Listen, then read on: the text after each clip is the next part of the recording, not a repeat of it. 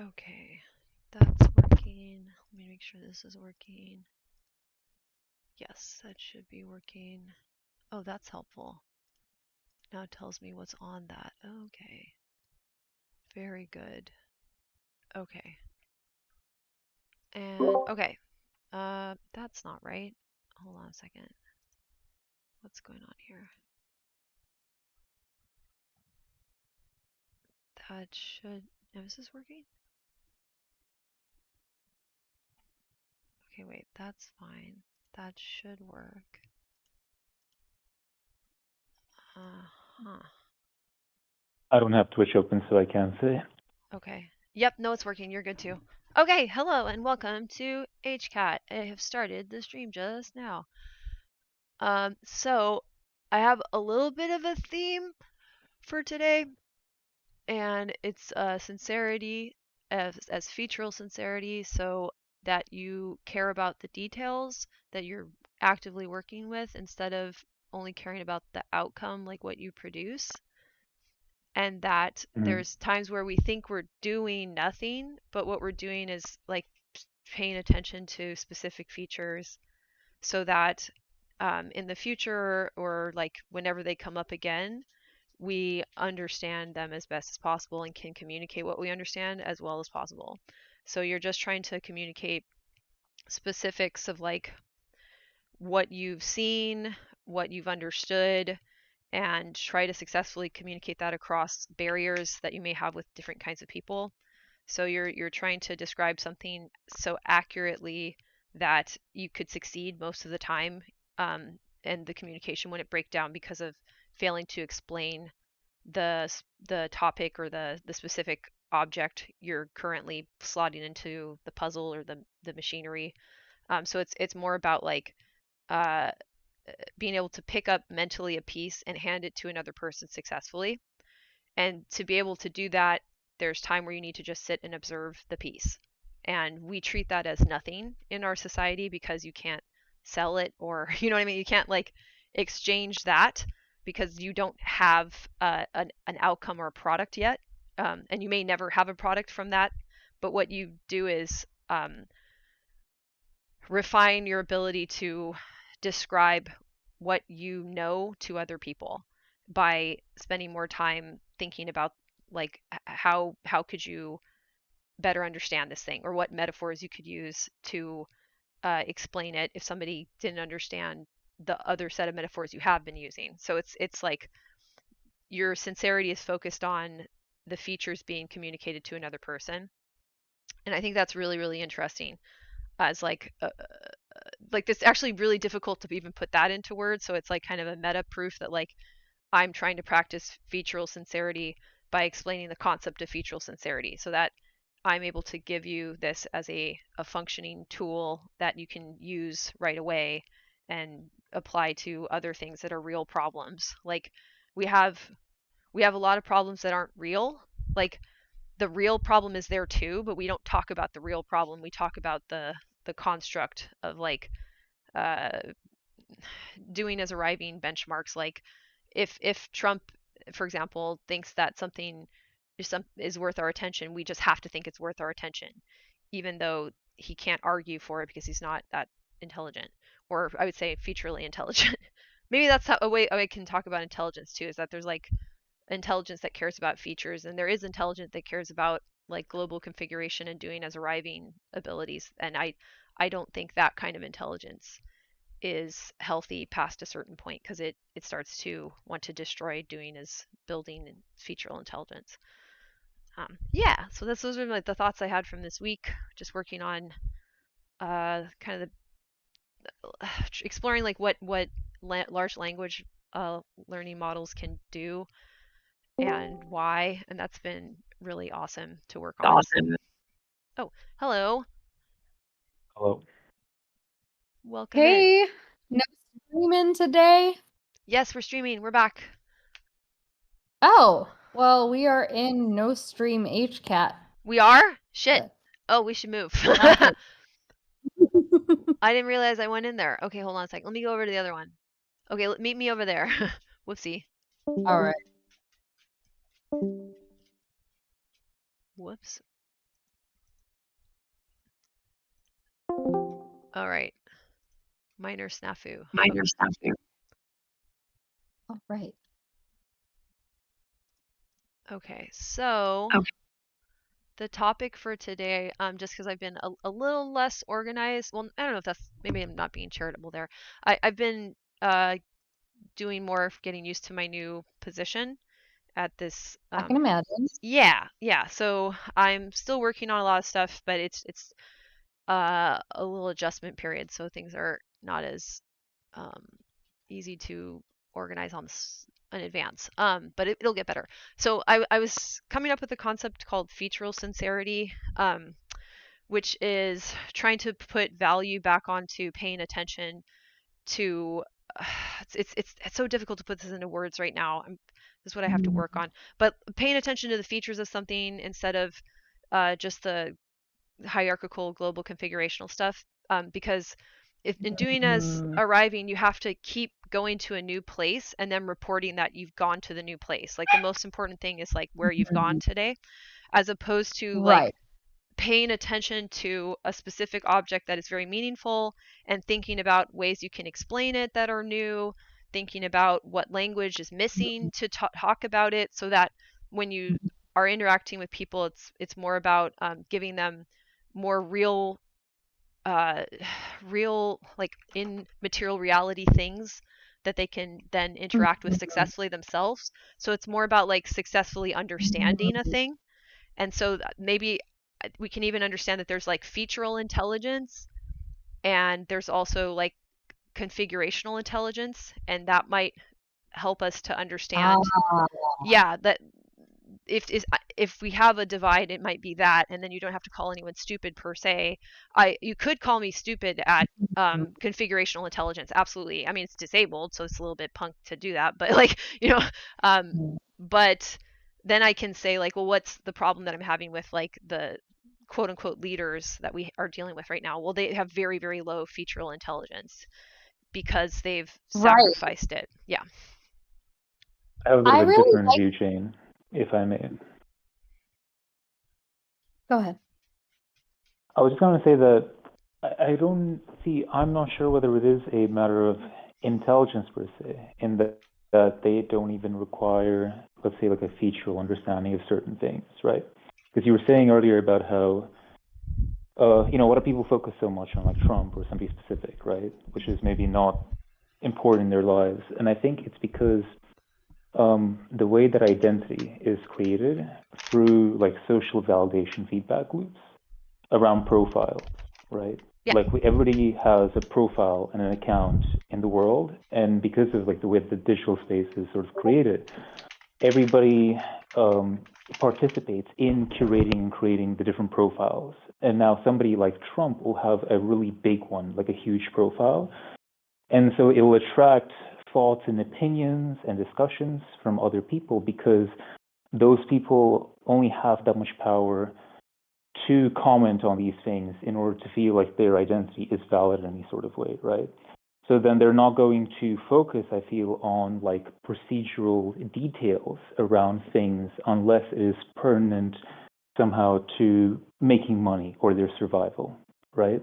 So like somebody like Trump doesn't need to learn such a skill because why ought he? He's got like the stability, so to speak, the money, right? And yeah, that's what I think.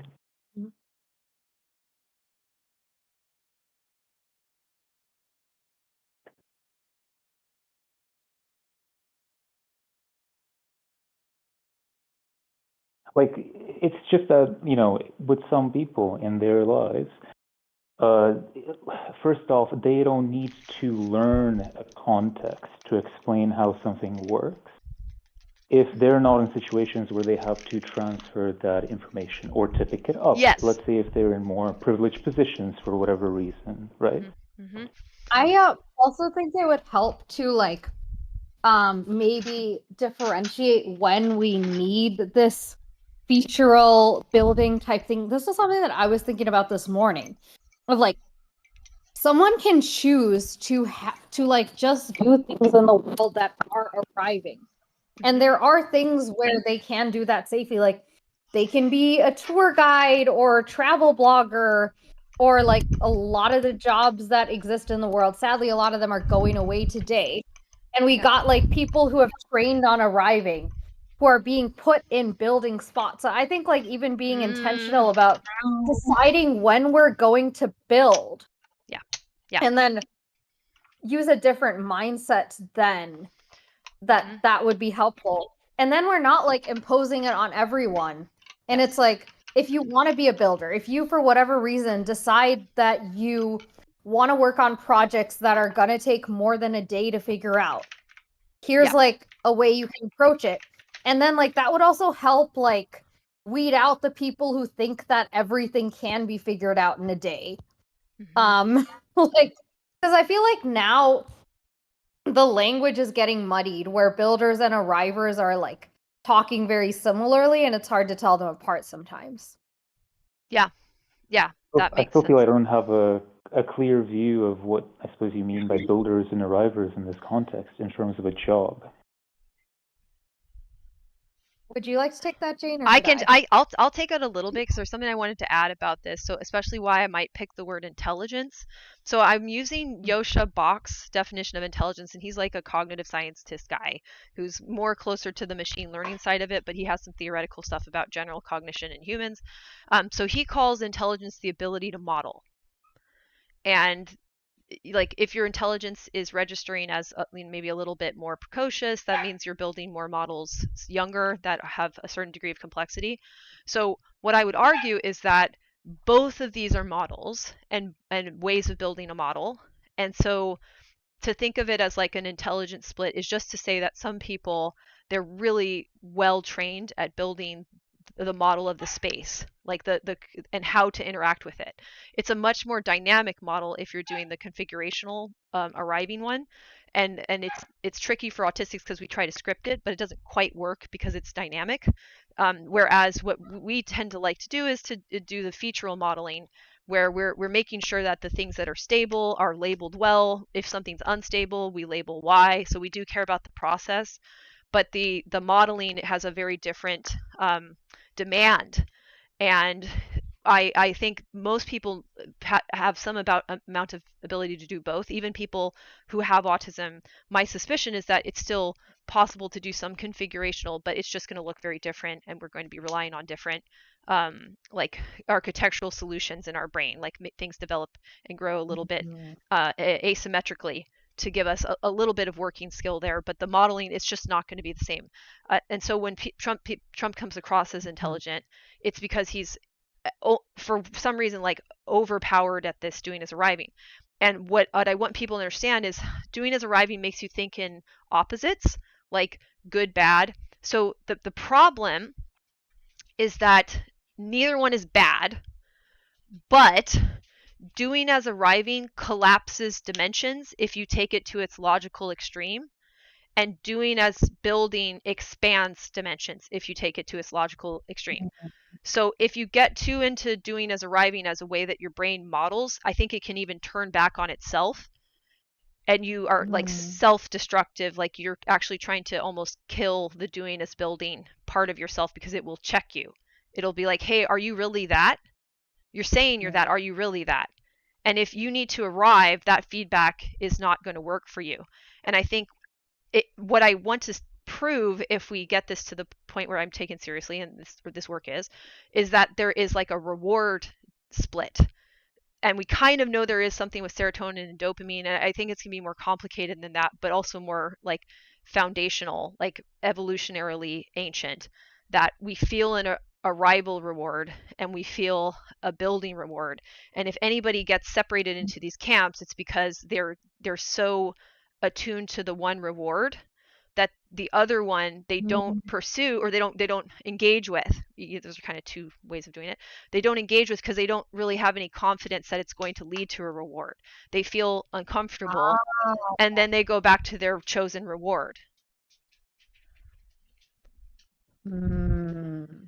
And in the case of autism, I think we're perpetually lost, so we can't really trust this dynamic thing that we can't see. So we do need to get our rewards from the doing is building. Like I think we're not going to be able to fix that. And there may be some people that I'm concerned cannot get a sufficient connection to the doing is building reward, and those could be what we've been calling sociopaths and psychopaths and narcissists and blah, blah, like malignant, like pathological levels of this, not just like insulting somebody on the internet, but like the serious stuff.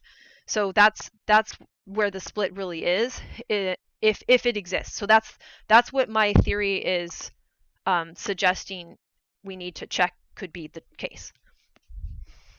Mm.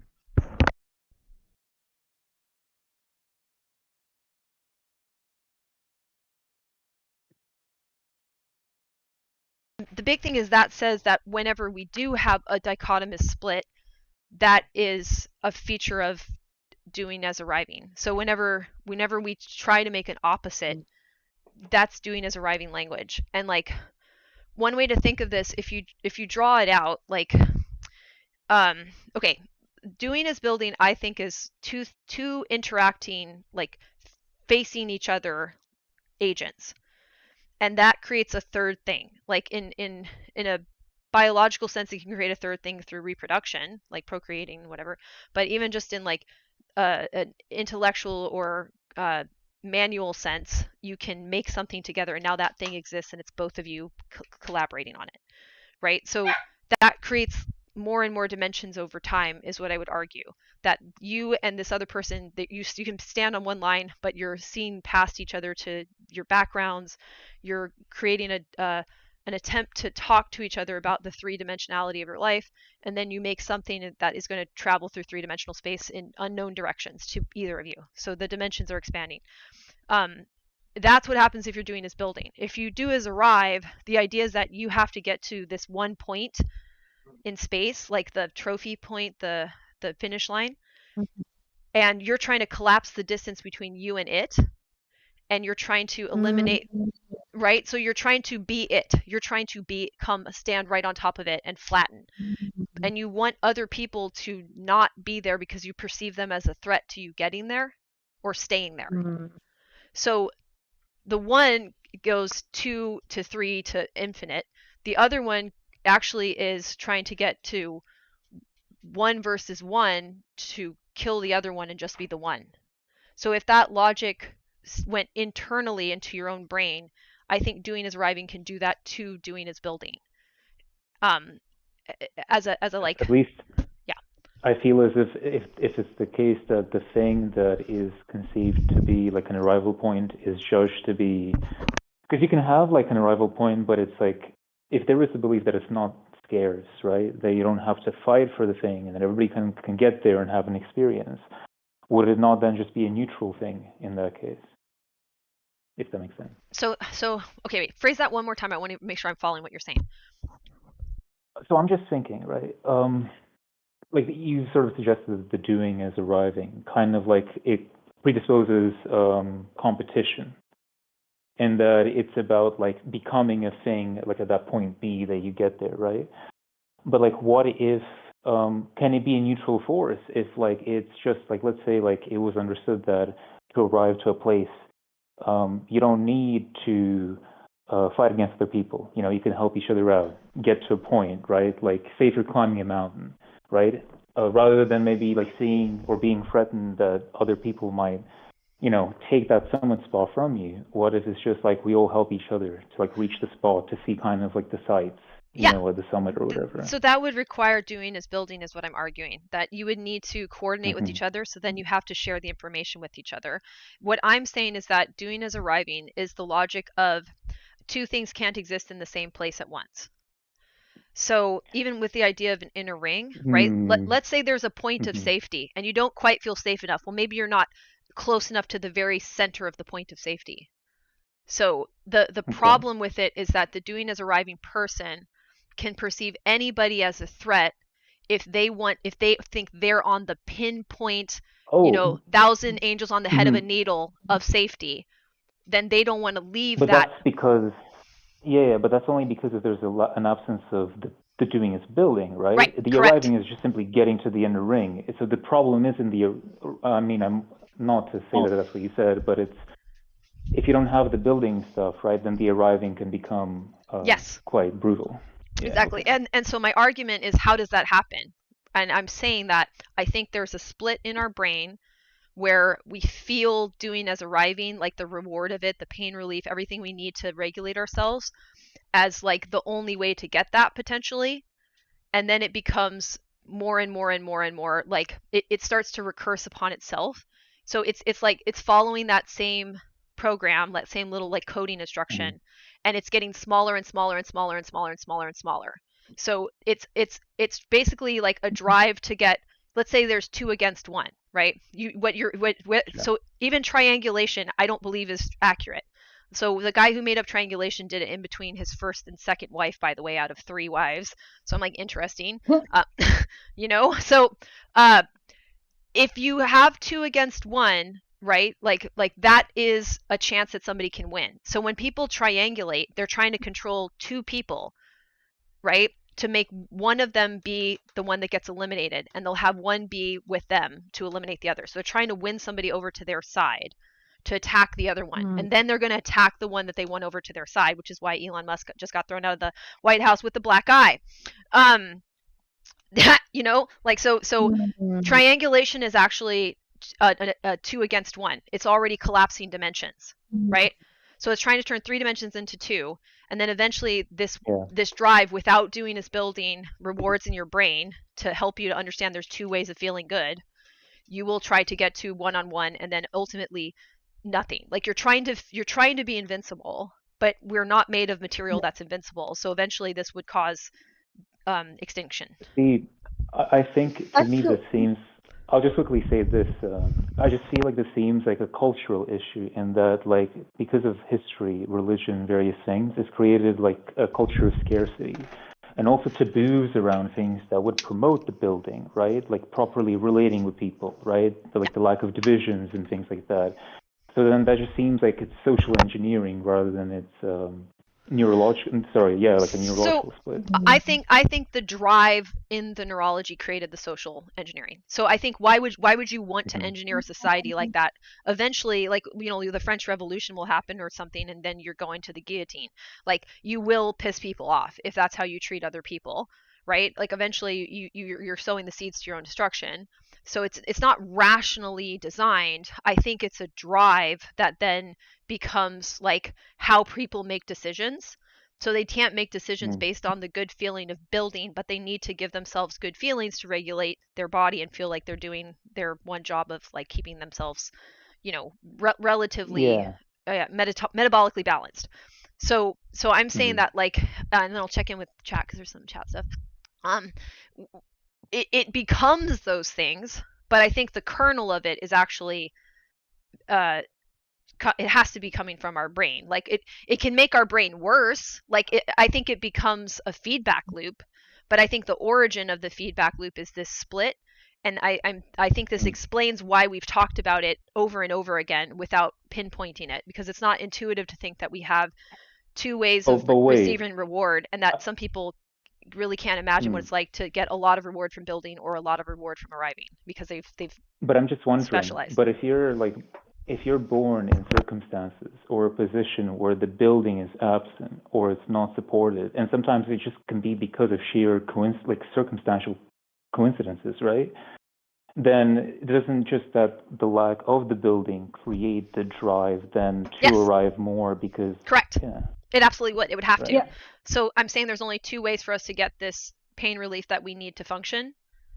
And so Uh-huh. yes, it would default leave you with that. And that if that's what's happening, we need to become cognizant of that. We need to prove it in the brain so that we can say it is an inescapable reality, that we need to make sure that this doesn't happen to people, because they will become destructive and they will self-destruct even. That like I think we even virtualize relationships inside of our head, so that like we have a doing as building relationship with ourselves and kind of a doing as arriving one too. And if you just have the doing as arriving one, you'll destroy what I was calling like the internalized doing as builder.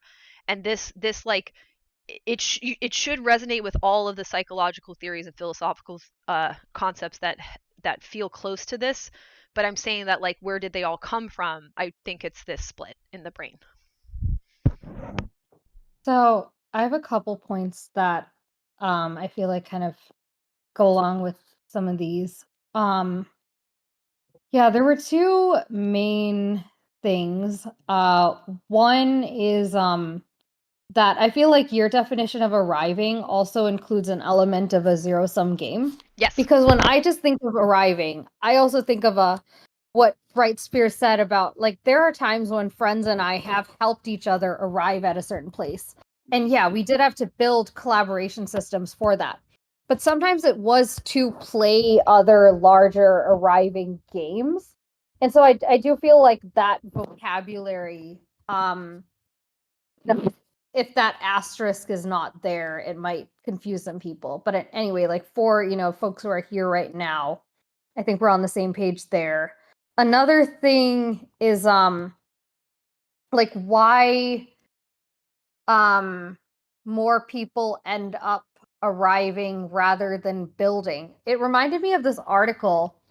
Yeah, I put in the chat, geeks, mops, and sociopaths. And in this case, sociopath, they're using it in a colloquial way, not necessarily someone with the actual condition. And they're talking about how it starts with, like, geeks who really are passionate about a thing, building stuff and talking about it together. And there can be a higher barrier to entry there. And then the quote unquote sociopaths come along and they like see that, mops, like members of the public who are less passionate but like still down to enjoy the thing that the geeks have already built. When the sociopaths see that the mops are doing that, they want to cash in, and so they like make a more accessible version, but they're not building beyond like making the signpost that we're doing that thing accessible. So then they pull all the mops up. So then the mops have this, they feel like arriving at any of these really easy to arrive at points that the sociopaths create is easier than the like getting through the gatekeeping that kind of inevitably happens in a lot of building spaces, because like people have shared vocabulary, like they've built stuff. Walking into a space where other people have been building something for years is not going to feel as smooth as walking into a place that is designed where all the energy is put towards making new people feel welcome, because they don't have to put any energy towards building stuff. And I think that like being aware of that can help with putting some, like, builders putting some effort towards making things inclusive, but also recognizing that like it's hard to compete with people who are putting all their energy and money into the marketing side of things. Well, you don't want to And compete like, either. That's the tricky yeah, part. exactly. Yeah. Yeah. And I think to address the issue from that side, like, the mops would need to become aware that anything that is like that easy to join, they probably don't have budget left for building. Yeah. And like how to differentiate there. Yes. Well, and this is why, okay, so there's two metaphors I want to introduce today. One is the 2 against 1 thing, that everything is trying to do 2 against 1 to get to 1v1, and everything that looks like it's a triangulation is not. It's really just 2 against 1. So in your example, if I drew this out as little dots in a little triangle, the builders are very technical, right?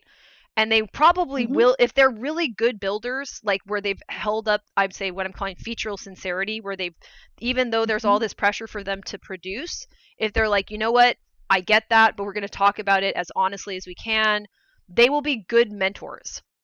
So even if somebody is just studying for the heck of it because they love it, and there's no, the builder group won't get anything out of it. They won't be able to say, we built, for example, in my ballet thing, the greatest prima ballerina to ever live. They may not get that, right? They'll just, we help this person that will never give us great notoriety. We just helped them because they really cared, right? That's stable, and those are like sounds craftspeople. But in our current environment, it's even difficult to maintain that, because you need the resources, and the resources are given as trophies. So everybody needs the trophy, even if they want to build. And so the mops also know they need these trophies in order to build basic things about their life, even if they aren't interested in a technical thing. And they have not gone through what I would say is like some of the anguish of doing as building. Like it also feels bad to do as build, but the once you get past a couple of I guess like learning curves, it feels really good. And then you get used to going through learning curves and realize it isn't the end of the world, and you can self-regulate Yeah. and healthily co-regulate around these learning curves. But you have to learn that. Mhm. So when I was doing ballet, Yeah. people would cry in the middle of class, and the teacher Mm. wouldn't shame them. They would say like, look, if you want to do something easy, honestly, like you should just like go get a burger at McDonald's. That's not, this is hard, we understand. Mhm. Like take, you know, take your time if you need to step out for a moment, but like it's okay to get upset about this. Right. That's fine. And and I wouldn't push you if I didn't think you could work through it. Okay, so it Mm. wasn't abusive. It was just like sometimes this is going to overwhelm you and you're going to get really upset. Yeah. And that's scary. It sounds like it's a bad thing, especially if it's going to slow you down, right? You have to literally, some Yeah. people had to sit down and not practice the lesson because Mhm. they were too dysregulated. And that is something that Yeah. is accepted in that field because they understand it's part of how Mhm. building works. So all that to Yeah. say, let's say you have the Mhm. the psychopath, sociopath, whatever. That guy is Mhm. trying to say to the mops, "You're more like me, see?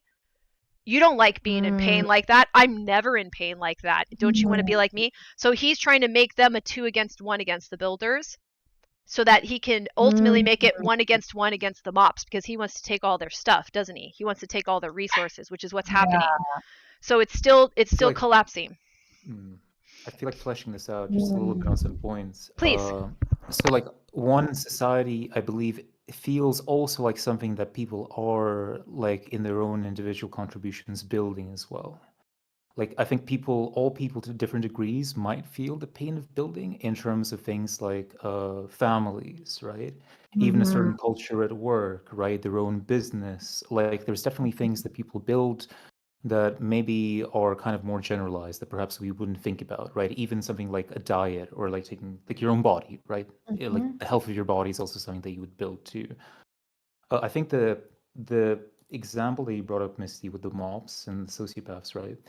At least from what I know from the various cases that I've read, right?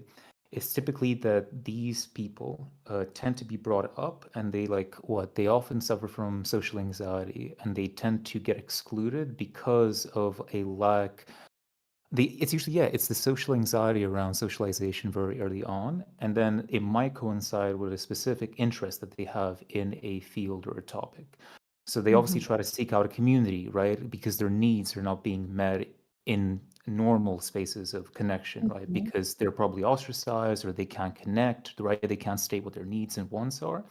So they Yeah. end up joining these online communities, right? Like whether it's like a tech thing or Mhm. whatever. A lot of these big people in government right now are kind of like this. The problem I think with that is that they then get stuck in those communities, which are very isolated. They also have very Mhm. isolated understandings of just the general population around them, what sort of lives they lead, and what kind of needs that they have. The problem Mhm. then comes when they kind of get in positions of power somehow, if it comes to be the case.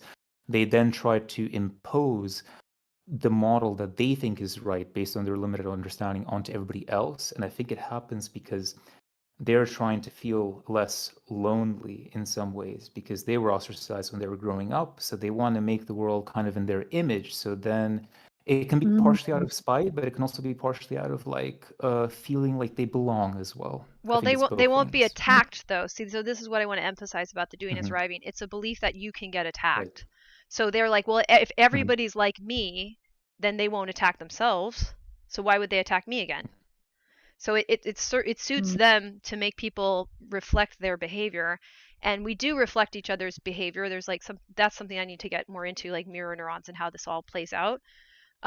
So it's a skill to be able to use natural mirroring, whatever that is supposed to be, to only serve you getting to do as arrive, I think. And I think that it's probably much more pathological than we even are giving it credit for right now. Like, as in, their brains don't know what's real or not. Like, they're basically delusional. And then you're making other people delusional. And you're giving other people the framework of like, you're under threat, So what you have to do is figure out how to arrive at the place where you're no longer under threat, and then other people will also be more inclined to do a triangulation that's really trying to collapse to 2 versus 1. So then they'll do, Well, yeah, that's yeah, how yeah, cults and religions work yes, mainly, exactly, right? And yeah. I think at the core of that is like the idea is that they're trying to sell you on how to. I think it's just the idea of reconnecting with the one is maybe more about kind of like being wholly integrated in yourself, right? But Well, then they have like a yeah. I think it's a desire to not exist. I think so. What's sad about this, you will never experience like no pain whatsoever. The closest thing we have to it is like drugs, or the closest thing without drugs is probably like orgasming, like, like, so, which lasts a few seconds and then you're Yep. back to pain. So it's kind of like a sex death cult in that way, where it's like the closest thing that they can imagine is just like suddenly having morphine. So their heaven is like being on morphine all the time. And that's, you cannot take in anything when you're that high out of your mind. You're no longer connected to reality. You're just like, your brain is like trying to tell you, like, don't worry Hmm. about reality for a second, let me give you a break, right? Which it's supposed to do sometimes. It's supposed to do that. And the problem here is that like they're creating a feedback loop with the arriving is how they get that relief. So they're looking for things that give them arrival type relief. And I would argue like drugs that make them more likely to want to do drugs. That makes them more likely to want to set up abusive dynamics where you get a sudden rush of mania. They're not able to break. I mean, like, this might even be addiction itself for all we know. Like, they're not able to break out of that for long enough to realize, like, there's nothing that really feels like that. And you are Hmm. supposed to have painful moments. That's They're supposed to get addressed. You're not doing it to be a martyr. You're supposed to learn from them. And right now we're not Well, learning from and about them. those groups aren't exactly teaching people like what pain is necessarily or how to No. meet it in various different ways. It's more that they're selling, as you said, band-aids and Pain is supposed to be a number. sign that the devil has got to you. Pain is a sign that evil is messing with you. Right? So now you feel less safe, and now Yeah. you have to. So the reason why this is so neat and tidy once I start explaining it is because it has to be, because this has so many variations of it. There's so many different religions and cults and social groups and ways of splitting up populations to create bigotry, right?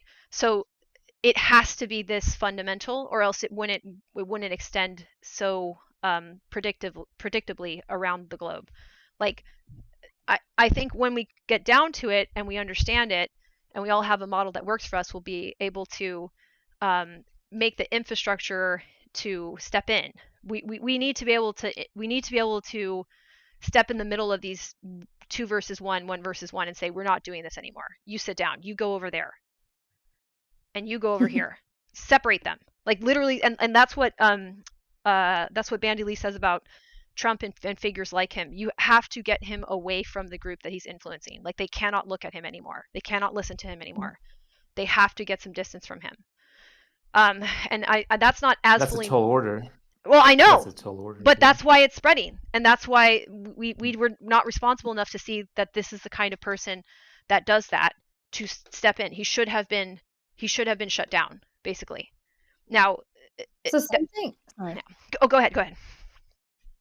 Something Bright Sphere had said that gave me the impression that like builders may be converted to arrivers was like the story of someone who doesn't find belonging, finds it in like a niche group, and then that niche group becomes so isolated that like they stop building. Okay, this reminds me of something that I was talking about with Ghost from this group. And Cheddar, who's commented on the stream sometimes.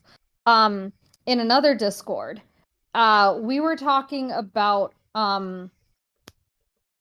how like when someone feels they've arrived at a magic theory for everything, they stop building and they just keep promoting it.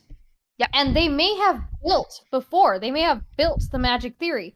And so I see this as like, some people would say this is a natural progression of a lot of communities, which is why we need new ones versus, this like segregation of builders versus arrivers. Like I find that any group of builders, once they get far enough along, they tend to not be as accessible for the general public. They tend to be annoyed when a new person comes in and they got to re-explain stuff. And so they get more isolated. And then all they can contribute to society because they're so isolated from it is like promoting that we have the answers. Come take from us. We don't have bandwidth to have a conversation with a new person and get up to speed with each other anymore. Take us or leave us. And so I would love to go ahead. I have thoughts on that. Do you want to finish your thought and then I'll pop in? That's basically it. Okay. I would say that the problem is if you are novel enough and you're helpful enough. Let me back up. I would say that there's the belonging word is doing heavy lifting in our society for at least two concepts. There's belonging as identicalness or sameness, like I belong with it because I have the same features as it. And then there's belonging as in helpfulness. So for example, in any machine, if it's a working machine, all of the parts are helpful, but not all of the parts are the same. Right? I can't. Okay, yeah, I was gonna say that, like, I feel like given my knowledge of your model so far, I feel like some things might fit into the helpful category that might not fit the mainstream definition of helpful. So I was like about to, but yeah, we can keep going. Well, that's what I'm saying. So okay. So then you could get into like this external reward, internal reward, external validation, internal validation, the split where you're talking about. So if somebody is still doing his building, it should be fun to re-explain it to a new person that's different, because it would be helpful for the different person to also understand it. Especially if it's sound, like if it's logically sound, then I should be able to explain it to a very wide variety of people. And every person that comes in, there's a fun new problem of trying to figure out how can I explain it to this new kind of person. Especially I'm a new kind of person. If I've been seeped in it for years and years and years, I become a new kind of person that's been seeped in it for years and years and years. Now it's a new interaction again. So I really have to keep turning into the person. Now there may be like time constraints because etc. So maybe you need to have like a mentorship system. Who knows? We haven't explored all the ways that could work. But it doesn't mean Well, that. one thing that comes to mind go ahead. is that you have to, if you are trying to connect somebody as quickly and as closely as possible, you have to sort of know the territory, so to speak. You have to know their personal context and be able to bridge an insight with as much intellectual and cognitive ability that they're able to muster in that moment, right? To understand what you're trying to say, and then for them to understand why it would be helpful to them. Yeah, which is featural sincerity is a concept that I've been trying to work with, that I got out of like, my explorations with my LLM. So if you're saying like this is sincerely the features that I sincerely see, like this is what I am seeing as accurately as I can say, then you go back and forth with that a little bit, and that right. But there is one thing, Jane, is that the thing is sincerity. There's like some things that I've read. I don't think in some ways it holds as much weight as you might think, because a lot of people nowadays, because of profiles and digital media, they care more about how something is being seen rather than like if it is sincere or not. Like it's more about if other people see something as being sincere, you have to get that platform first. But that's not featural sincerity, because that would be performative sincerity, I would say. Like, so it's not. But that's the predominant thing. Right, because we're predominantly doing as arriving. Like I would argue that is doing as arriving. That's saying I'm being perceived by other people as being over here. Right? As opposed to I'm being perceived as having these features necessarily. Like I'm saying that doing as arriving privies placement, location relative to other people. Doing as building is interested in the features, which can have information relative to placement as well. but the Yeah. features are more relative to the universe. It's more relative to like universal laws, like what things are stable and unstable and Hmm. why.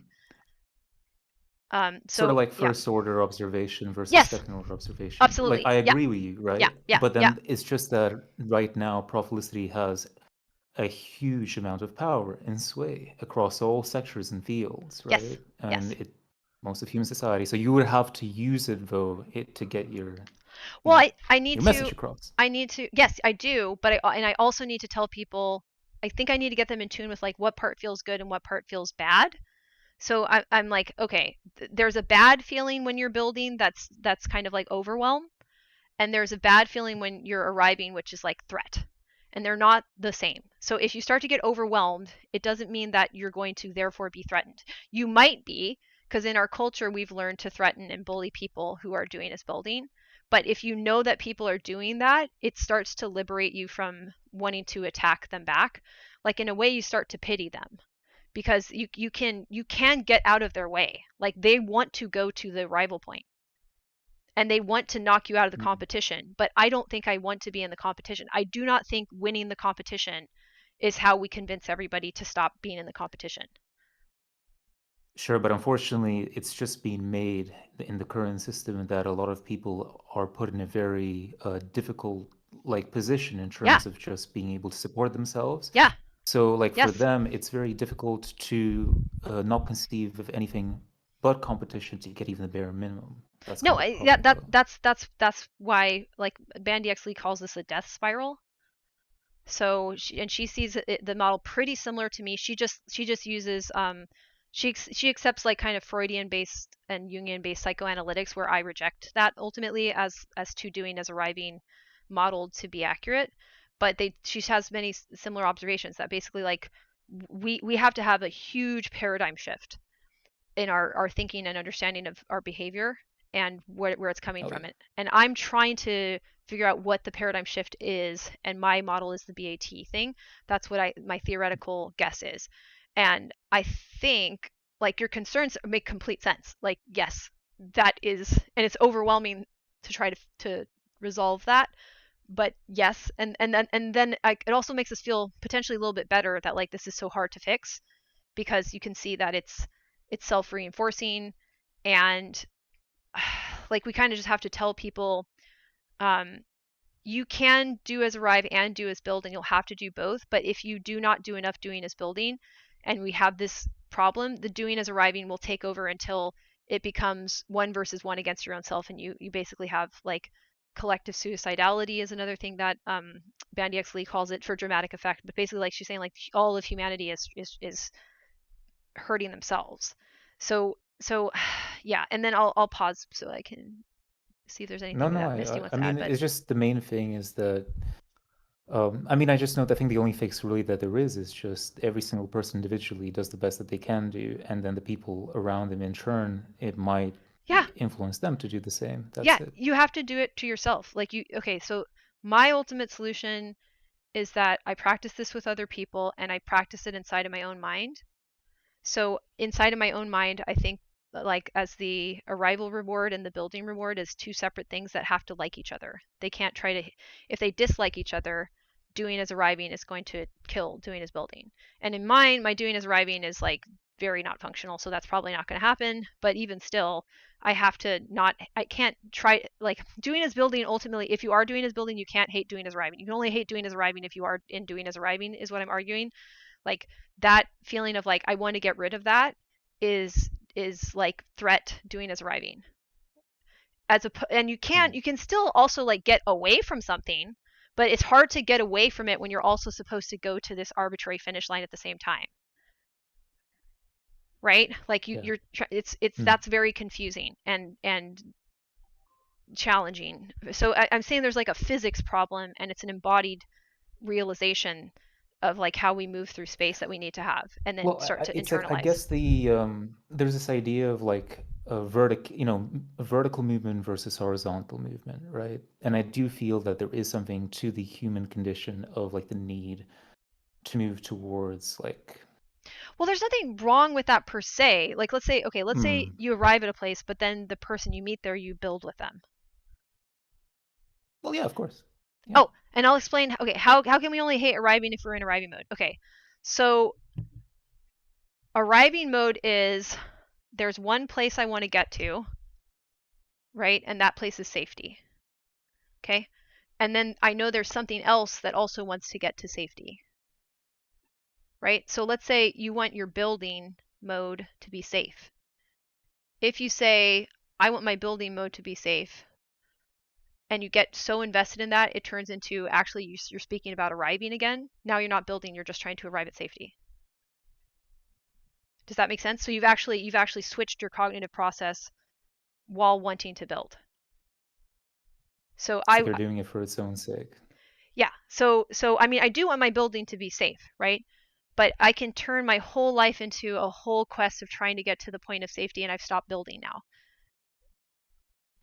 Because think the other metaphor, I'll give you this one. This is a good one I came up with. So let's say you have a Walkman, like an old-fashioned one with a tape player in it, and it also has a record function, so you could record your voice or record sounds. So you can play the tape, stop the tape, and I'm going to argue that's doing as arriving. Okay? If you're playing the tape and it feels good, this is your like, I'm getting somewhere, I'm getting to the end of this great thing on this tape. If you stop in the middle, you'll feel frustrated, and stopping is now bad. Okay? So now we've associated stopping with bad. However, recording, which I'm going to say is building, when you take in the observations that are happening right now in your real life, and these are something that you could then think about later, like you could record it and then you could do the play function after. You have to stop before you can record. Right? So if you never stop because it feels bad, you're not going to record. And if every time you stop, the only way you know how to feel good again is to press play, then you're going to press play. And of course, we can throw in like a rewind. We can throw in other tapes. We can make the metaphor that your family handed you a tape, your church handed you a tape, you don't even have a tape, but you just watch the wheels spin. And it feels bad to stop. But you need to stop in order to build. This goes back to pleasure and pain, right? So like you talked, I think last week about likes and wants, but likes, right? Like, so yeah. I put on the Walkman and I listen to a track. I like hearing this track. I want to listen to more stuff similar to it. And I'll feel pain if it stops, right? Mm-hmm. So this record function that you're describing, it's almost like, well, in life, we can't do as we like all the time, right? There's a constraints around family law, like various many different things, right? So is the recording, the building analogy potentially like about almost like having it as in reserve, like to remember things, to just sort of take a bit of a step from like the endless, this, I guess, is it the endless curiosity that we'll have, or the endless desire to go after pleasure, after the things that we like, right? Well, yeah, it's reflection and it's self-expression. So let's say you've listened to a tape that you really like, and then you realize you can also record. Maybe we'll allow you to switch out tapes and stuff. I mean, you'll record your imitation of the tape first. Like that'll be the first thing you do.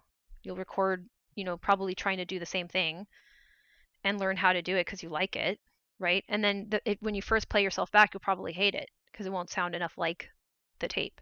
You'll start to compare yourself as like, I'm farther away from the mark. So now you started to abstract this physical, am I in the right place or not? You're not in the right place. And like, it's not even that abstract because like your pitch isn't in the right place, right? Like their pitch, if it's a song, they hit the exact tone and you're not able to hit it exactly.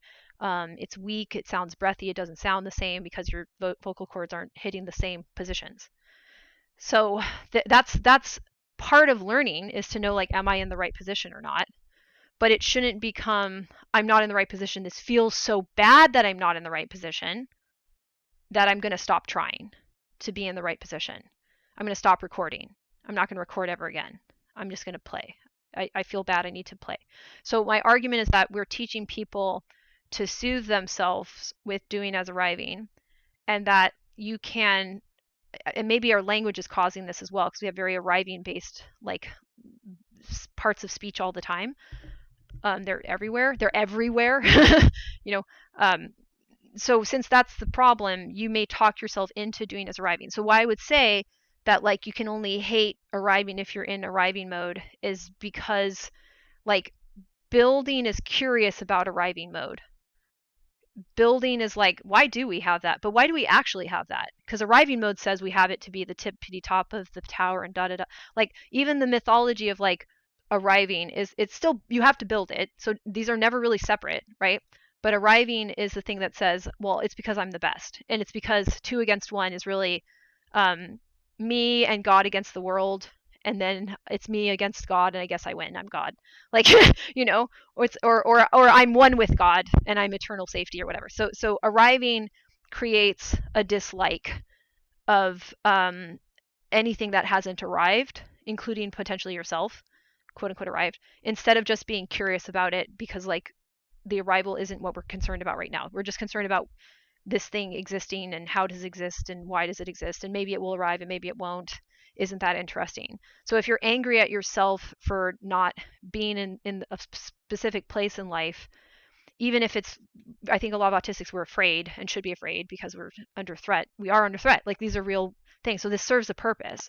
But I then don't have to say like, well, it's bad that I have a rival at all, because that's me saying that I don't sound like the tape that I want to be playing. I don't sound like, you know, like so yeah, I think it's in and of itself, the arrival has ticked too active, like you're hitting the play button and the stop button and not allowing yourself to record and reflect and observe. So it's a little bit on the edge of like what we can conceive of with our current language. But if and the way I'm saying it may not land because I have a different set of experiences to build from, but I'll keep trying to say it because I think this is like the fundamental problem, is that like curiosity about the features, sincere curiosity about the features, will get you to stop trying to be safe, even though like it can feel scary. But since it's actually not that scary because so few people are even doing it, that for the most part you'll be by yourself. Like you'll be pretty far away from the doing as arriving people if you just stop and do this. Again, big problem there is you'll be very far away from the money, like what you're outlining, right, a lot too. Like if you do that now what do you do? And then also back to what Misty was saying of like, well, a lot of people have to abandon that because at this point they need money.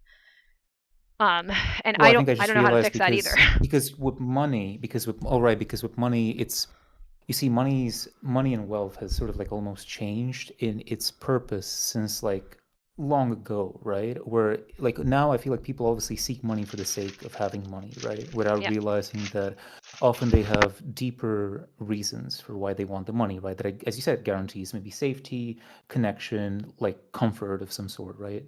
But it used to be that like, and also I think like mass production and industrialization probably played a part of this, because before it's like the value of something had like more substance. Not only like did it have to, like, it took more efforts to make something, but like it wasn't so easily like disposable either. And so then like you needed less money technically to buy something. But then obviously I think the more goods and produce floods like a society, and services get more complicated, then like almost like, and then because everybody gets specialized, you have to come up with all these different markers for what you're going to pay them, which probably pushes kind of like the amount of money that you need, and it gets into hyperinflation more and more, right? And then that probably like spurs the division of inequality between obviously people who have a lot of money and those who don't. But it's because of that then people kind of mistake that like, oh, it's all about like the money, that the money is the pursuit. And it's also, once I have enough money, which will never be enough, right? Typically, is that they think that then they'll be individualized, right? Then I will be worthy, or that I have made it as a person. Except, right, people don't. They even still even billionaires feel don't. pain. Yeah. So they still have a human body that feels Yes. pain and is aging and stuff. So Well, because they're not safe, because they still don't feel Correct. safe, because they have to Correct. spend more money to protect that wealth. Correct, exactly. So I think that's also when they hit cognitive and physical decline, they get a lot worse because they're feeling more physical pain. And I think this is how fundamental I think it is. I think every time they feel pain, they're like, arrival, play. Like their body, every time they get hurt, every time. This is how they've But a learned lot to of it is regulate also fear. basic metabolic. Yeah. Yeah. But it's the fear. I feel like they have this fear of like almost like, well, I can start again. Even though it's ludicrous sometimes, the people who have like lots of money, right? Like to give it all up. Like, isn't there like that study or that saying that like it's much harder for like a person who was rich to transition to becoming poor than a poor person becoming rich, because like they were used to that wealth, but then now that they're poor, they really, really kind of feel that. I've Well, read something like that. yes, and so I say yes to that, and I think that is yes because it's not even just yes and. I say yes, that is true because that is another kind of discomfort, pain, metabolic emergency signal that they're receiving, and they respond to every single one by hitting play, play, play, play. So that the philosophical, like introspective identity ones, yes, but even maybe not, maybe we don't even need to commit to an explanation at that level of abstraction because Hmm. it's starting all the way back at I have an owie, I hit play. Well, yeah, because I mean, to me, it makes sense too, because like when you're in pain, or like things like, so existential pain can be around things like I'm going to die, right? The human mind convinces us that we're going to go through states that are going to be fully painful, like death is going to cause the destruction of the brain and the ego, right? So then, like, what are people going to do? Well, what is the human instinct then to do? It's to move, right? To eliminate or to remove that element, Maybe it has to be right? both. So yes and no, because Hmm. so sometimes we solve problems by moving, sometimes we solve problems by stopping. Right? So Yeah, if yeah. if we had an instinct to move every time we got hurt, there's some injuries that would get a lot worse if we moved, and it would be much better that we froze and didn't move, or if we were sick. Oh, we have a new metaphor. The hit play. It's a recorder. It's a Hmm. Walkman. I was just saying that in the chat. So it's a Walkman that I can go over that metaphor again in a minute, if you'd like. I think Cheddar might have missed it. But that's what I'm saying. I thought you were here for it, but maybe not. Okay. So but my point with that is that like, okay, what was I just saying? Hold on. I can get it back. Put it down for a second. Pick it back up. Oh, okay. So if we're trying to like understand how to adjust our metabolic needs, and we learn this as like babies or children, and it's so locked in, for somebody to get out of it, they're going to have to experience a new kind of pain, is what I'm suggesting. That if you solve something with doing as building, it's different, and that our bodies had to be motivated to solve problems by stopping and healing, or consulting and like being interested in our surroundings, or moving, not being interested in our surroundings, not distracted by anything, tunnel vision, get away. And that those rewards, I think, are distinct in the brain. I think they feel different, and that if you don't spend time with the doing as building one while you're managing pain with it, or even experiencing more overwhelming pain because you need to get through that to get to the next stage of it, if you don't understand the healing stages of that, then you will try to do as arrive at times when you're going to hurt yourself. So we've managed to confuse ourselves about that. But the basic premise is that humans fundamentally, and all life fundamentally solves problems in two ways: moving and stopping. And even trees Yeah. do this, but at a much slower time scale, right? Like it's a much longer time scale rather. Oh yeah, I want to ask you about this, Jane. Have you heard about this? Is this true? So I've heard that if you're like severely injured, apparently there's like more of a chance that you survive if you're on your own, and like let's say like you pull yourself to go to the hospital and you're like almost like bleeding to death, versus if there's somebody next to you. Then I read apparently there was a study that said that your chances of surviving are far less if there's somebody there as well. Have you heard about this? Is it? Say it. Explain that a little bit more. It's Right, right. So basically, like they say that like if you suffer like a debil like a very severe injury, then apparently you have more of a chance to survive if you're on your own versus if somebody else is next to you and is like like taking care of you or consoling you, or like there's a paramedic or whatever. I read this somewhere. I just wonder whether that you makes heard sense. about Well, this. I haven't heard of that, but it makes sense. One, like if you have a bias, Misty was saying, if you have a bias towards physically moving, and some people try to stay and fix things. If you may have a realization that you're trying to fix things with the doing as arriving person, then you should move, because they're going to do conceptual doing as arriving games with you, and you may not have that as what you fix problems with. So I will leave to fix it by myself. I would leave and then read books on psychology. You know what I mean? So it's like I if guess you could ask them for help for specific things. yeah, if you believe they're capable of it. But if, for example, I would suggest that some people that are doing as building end up hermits because we recognize that other people don't have doing as building practice up to our level because they're not showing signs of it, and then we book it. And we may, I think I even I think I do this. I think that's accurate about what I do. And I sometimes judge people too quickly as not having interest in doing as building because they're very good at doing as arriving as well.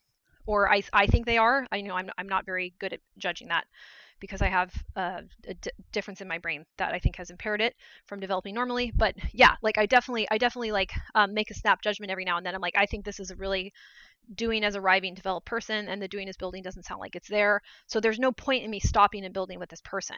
Like they won't do it. They'll in I fact guess you don't lose anything if you try. Technically, if you try ask, I mean, if you ask, and then if they do end up helping, then it's going to save energy and time and resources, right? yeah, I think it's good to ask, and I think we need to learn ways to ask. But I can also understand why we sometimes you need to like figure out where the boundary is, and that's why triangulation I think is helpful to learn as a concept, especially if you realize it's a collapsing of dimensions, where they say, well, we're gonna have, if you notice someone triangulating, the odds are they're trying to play 2 against 1, which is really 1 against 1, and I don't want to play that. So you're trying to screen them for like, what are they really doing? That's why I have doing as building, doing as arriving. Is there's 2 kinds of doing, 2 kinds of problem solving. Mhm. Are they just going to keep trying to move? Is it all about the movement, getting to the safe spot, the dangerous spot, or is it about stopping and building the features? Um, yeah, I'd love to do a day about how to ask. Me too. I think that would be great to do next week too. And then I'll review the metaphor high waxing, by the way. Yeah, problem solving reduced to simple binary Hey, stop, Waxing. go. So I came up with a metaphor. I'm going to review it one more time, and as many times as people want, really. So imagine for doing as building, doing as arriving, and how this can get stuck in people. That when you're born, you're given a Walkman, and maybe you're given a tape or not. Like probably having a tape makes sense, like from your parents or your church or whatever. And you play the tape, and the tape is how you feel like safe and good, and things are making sense, right? And the Walkman also has a record function on it. And I'll even throw in there, this can get more complicated. You can say it's a Walkman with a radio, and you could theoretically record stuff from the radio, I guess, too, and like records and pretend that you're building by only recording what has already been built and repeating it back, like people who say that they are philosophers, or really more like falafel-sers, as I like to call them. Anyways, okay, so let me back up. So you have the tape recorder, and play gives you a reward. It gives you some pain relief. And when you stop, you're like, I don't feel good stopping because I'm supposed to be playing. So you hit play again. So you don't like to stop. However, the only way for you to record your own new stuff, your own ideas, your own observations, is to press stop before you hit record. You cannot press the play button and listen to the tape that's already in there, or silence if you don't even have a tape that has anything on it yet. The only way for you to record your own observations and reflect on those is to respond to the stopping, not by hitting play again, but by recording. And the recording comes with its own new set of feelings. Like you may get overwhelmed, you may play back what you recorded and judge yourself based on what you used to listen to, and It's almost like listening. It's almost like listening to your inner self, like, because obviously when you're hearing like the tape, it's something else that is, something else that was given to you, or that you've heard, or you're hearing, right? That's not you. Like you have to stop and see how you're feeling, right, about it, and record those or whatever. Yeah. So yeah, you can't do both at the same time. You can't do both at the same time, and if you've learned that you have to hit play to regulate yourself when you feel the silence and stop, then you have a problem. Okay, all right, Misty's got something to add. Yeah. So, I find that the not knowing how to ask and like what we do instead can really hold us back. So my ChatGPT, I had like trained it by because I would like run phrasing by it a lot when I don't want to be misunderstood. And then I was asking it yesterday about my communication style and about an idea I had for when I get really vague questions at job interviews, like how to phrase asking for clarification of like what situations or like aspects they want to hear about. And then ChatGPT was like, do you want tips on how to gauge whether they'd be receptive? And I'm just like, no, I couldn't care less about the people who aren't. And then I asked ChatGPT, like, did I say things in the past that led you to believe I care? And it was like, yeah, but like for survival. Not like being performative or anything. But just like I realized that like I'd been in this loop, because of ideas other people had put in my head, like basically making it feel like I'm going to be left completely alone with no resources if I don't spend 80% of my energy vetting whether it's safe to ask, as opposed to just being told, like, if someone had told me, here's a way to ask, and if people don't like it, move on. I feel like my life right now could be very different, as opposed to the, like, you need completely perfect language, and you need to get to know them and build rapport for 6 months first. I'm like, I am not staying in a situation where I don't feel safe for 6 months waiting to build rapport ever again. That is oppressive. So you 100%. keep it as simple as possible, I would guess, no? What do you mean, Bright Spear? Well, I mean, it's like if you said about asking, for example, asking for help, right? Or just asking about clarification. Yeah. So then in that case, it's like, I don't know, to me, it seems like the simpler approach is just the easier and better one in that, like, identify exactly what it is that you want to ask or you think is relevant or pertinent in the situation, and you just simply ask that. And then if they give like a sort of like a waffly response, or still it's not very clear, you sort of almost repeat the question, or you keep kind of clarifying or asking for clarification on a specific thing, and like eventually you will kind of get the answer that they want to give you. Like I've had situations like this with like trying to organize like say tickets for like a conference, like a recent example, and it took me like something like 10 emails for them basically to have said, no, we don't do concessions in a specific way for this ticket, right? They didn't tell me just straight up. They could have told me straight up, no, we don't do it, but like they went around circles, right? But the point is that I still was like pushing through on like getting them to answer a very simple specific question, and Right. eventually they will, well, they either won't respond or they'll give you an affirmative answer. Yeah, I hear that. Yeah, like it can be hard. Like for me, I internalize the idea that if I don't get a good response the first or second try, like give up, or I'll be perceived as annoying, and then like But you said that you don't care about how other people sort of think of you, no? That's more recent. Just realizing, like, because I used to think if I can get knowledge from these arriving spaces, then I'll be able to build. And then I've recently realized how much energy I've wasted on that. And actually, Jane, seeing your journey as like a counter example to my kind of journey, like really inspired that. Awesome. I was like, I don't want to spend the next year learning more about the map of arriving. Like, I want to develop my theories for stuff. Yes, exactly. And be able to have conversations about that, and not dread every time someone asks me to introduce myself and I don't know how to phrase it in arriving terms as my life gets more and more complex. Yeah, I think you just give up trying to. Well, I'll yes and no. So I'll tell you what my experience has been. Depends. With them. Yeah. Okay. So what you need to do is what I'm. Let me start that over. What you might consider that I think works for now. You need to like use GPT to give the most like normative answer, right? Be like, how would you answer this if you were doing it in a way that most people would like or do, which is what it's summing. And then you can be like, okay, how could we edit this to sound a little bit more like my voice that you've gotten to know? And then you have something to riff off of that already is like open sesame. Yeah. So I started to treat those things like open sesame, like it's like the riddle of the Sphinx or something. And everyone's trying to. Well, also, this is like an idea from Taoism, right? If you're at ease, right? If you act at ease, the other person's going to act at ease as well. Meaning that, like, you want to answer them, want to ask a question or talk to them in such a way that they would feel at ease in how they talk. Right. But then make it your own. a little bit. Make it your own, and people that have some amount of functional doing as arriving are probably going to be the people answering the emails, at least at this phase. And so they're more standardized. They're standardizable people to an extent, at least in a work environment. Maybe outside of it they let themselves be builders, but in the work environment they're able to do that. So what you want to do is use the fact that these LLMs, ChatGPT has learned how to take all of these people and make an average.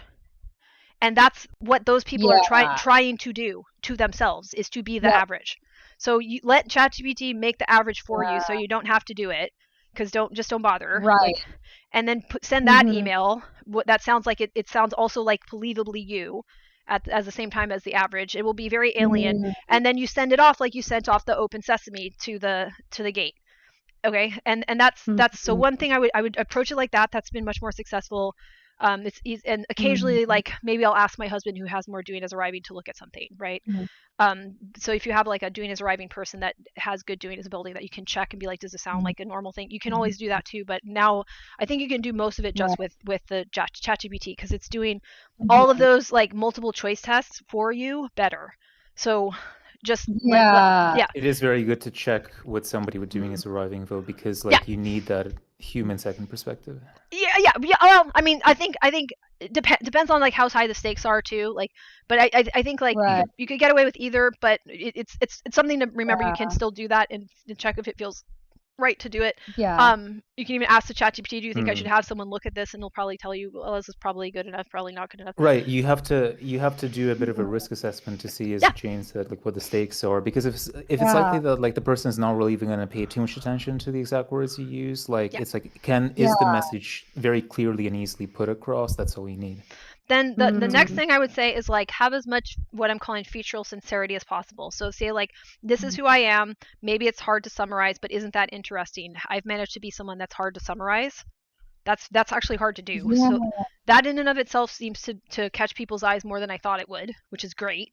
But then the other thing, you just have to get far enough that somebody will give you a title that people like, and then you can keep going. So right now, I managed to get myself a professor title, even though it's not like a standardized version. No one's going to care. No, as long as I have... actually have been wanting... Go ahead. You can also lie and make stuff up. Well, don't do that. Don't do that. Let them give you a title. Get a title. Get only a sash. if you don't get caught. No. You don't want to be like them. Kidding. That's what they're doing. Yeah.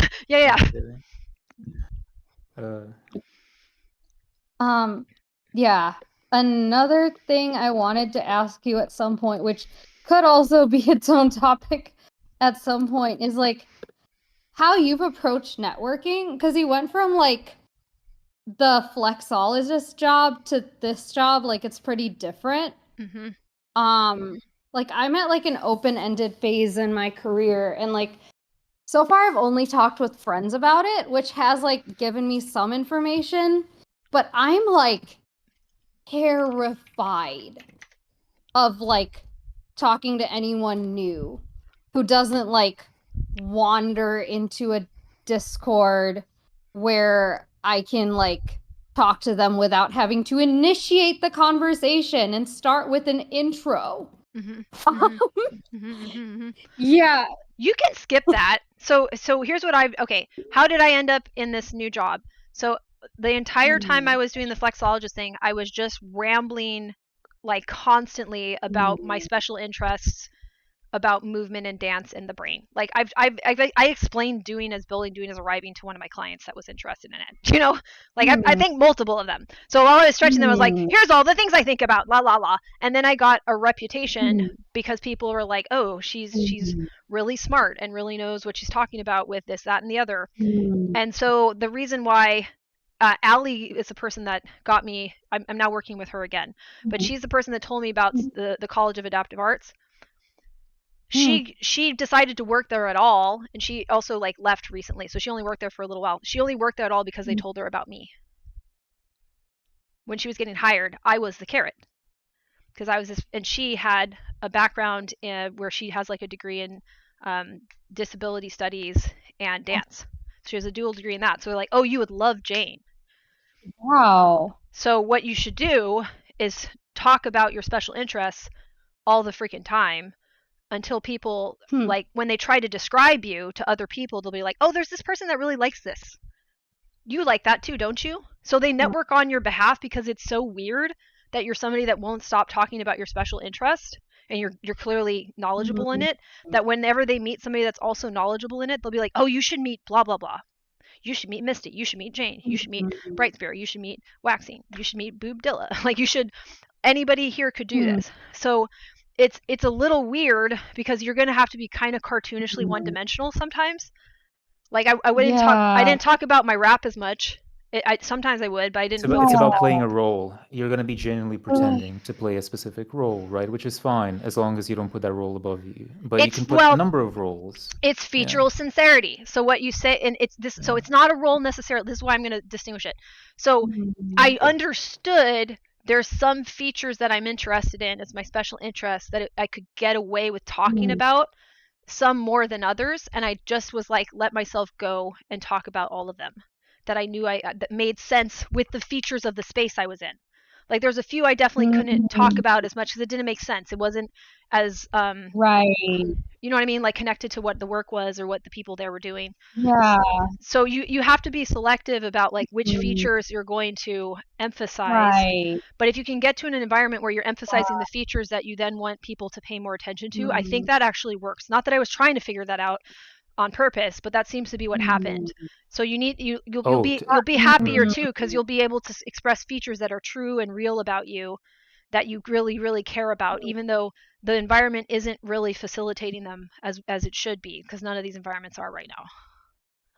I can add a bit on that. So you can take any specific feature of yourself that you feel like you're pretty confident about, and you sort of like put feelers out there, and you see if it's sufficiently mirrored and validated by other people in that area at the time. And then if you see that it's a little, if somebody's took the bait, as it were, right, you keep going. And then that's how you eventually build up that identity in other people's brains of who you are in that specific context. Yeah.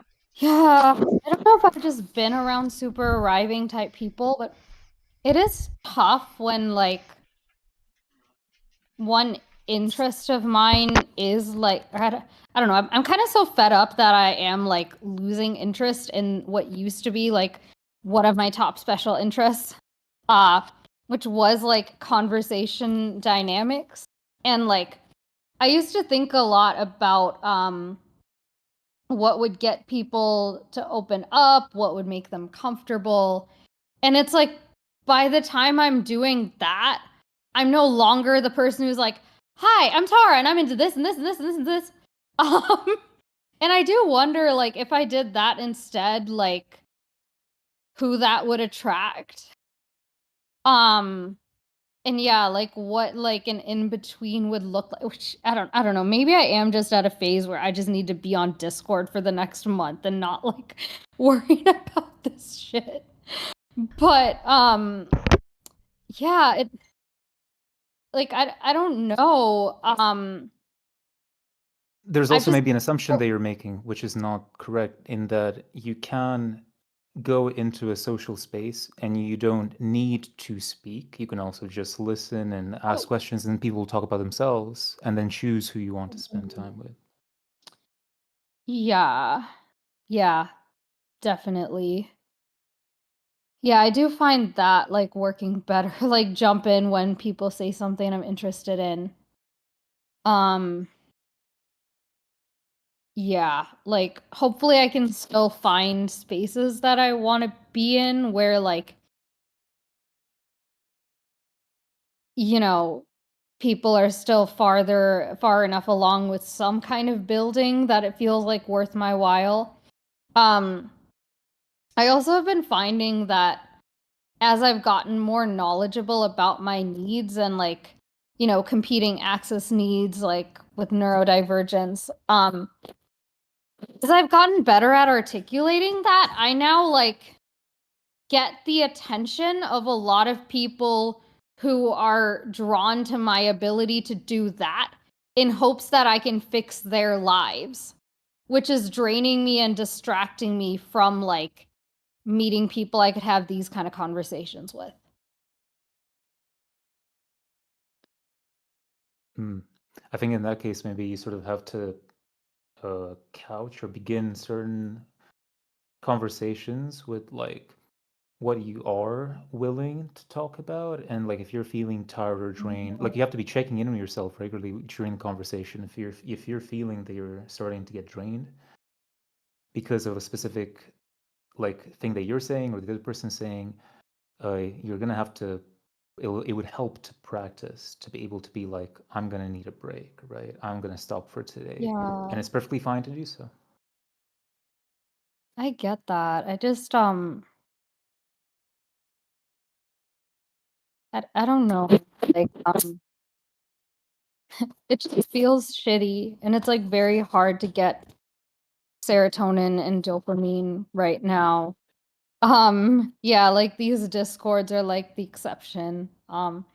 Like this one, and there's like this the neurodivergent writers Discord group, which is really great. Yeah, those are like my main ones, and there are some other Zoom autism groups that I'm in. But yeah, like I think it's just Do you eat well? Do you sleep well? Do you exercise? Things like that no, also help. my sleep schedule keeps getting thrown off because of how dysregulating and draining it is to synthesize everything alone. That makes sense And to me. like I could really use help co-regulating through this. Yeah. Yeah. That makes a lot of sense. Yeah, no, that's hard. We are very isolated. Um I will say that like I do better with regulation having like husband, but like it doesn't have to be a husband obviously, but like he's or a roommate would Yeah, do the same thing. Like a really good friend that's a roommate, something like that is probably more right. sensible, and we don't have that as like a normal thing, which I kind of Yeah, don't like at all. Like we should have roommates that aren't yeah, complete strangers, but like people that we already right. know how to co-regulate each other. Yeah, A family network, you mean? Yeah. Yeah, chosen family, that sort of thing makes sense. But yeah, it's not really normal for us to think that way yet. Um, yeah. so, I mean, the Discord is good though because it does invite people into your space in a sense, right? Like as Mm-hmm. far as your brain concerns is concerned, there's like a hybrid feeling of them being in the room with Yeah. you. So that's good Mm-hmm. that you have people you can do that with. So it feels like you have like a little, village that you're hanging in, or like a neighborhood that you're hanging in with people that care about these sorts of like Yeah. intense But introspection. I'm guessing that also Tara probably Yeah. has physical grounding needs that she also would need to be validated by people in person. Well, I don't know. I What don't do know if you that's mean? I don't know if that's necessarily true. Like I'm a okay. One thing I would suggest people do is like get on a Discord call and do some light stretches and exercises while you're on a call with people. Mm, So moving your body and getting like the happy chemicals from that doesn't necessarily have to be outside. It's good to get some sunlight, like wear sunscreen, but get a little sunlight is mm, good. Good to, go to places with low noise pollution if there's like a park that's quiet. yeah. So those things are Mm-hmm. good, but I'm not as I just prescriptive. meant physical presence with other people. That's just all I meant, which I suppose you said because of the roommate. Yeah. Yeah, yeah. But I don't know. I think yes, and but also you can Mm, probably be okay. I think that some people get kind of touch starved too. Like I understand that. Like it's nice to have a hug mm, and stuff like that, but not right. not everyone does well with hugs either. It's a little bit hard to figure that I one out right mean, now. Jane, I'll tell you this from experience, though, because I think because of my own sensitivities physically, I Hmm. didn't like hugs, especially in the context when the people hugging me were also abusive.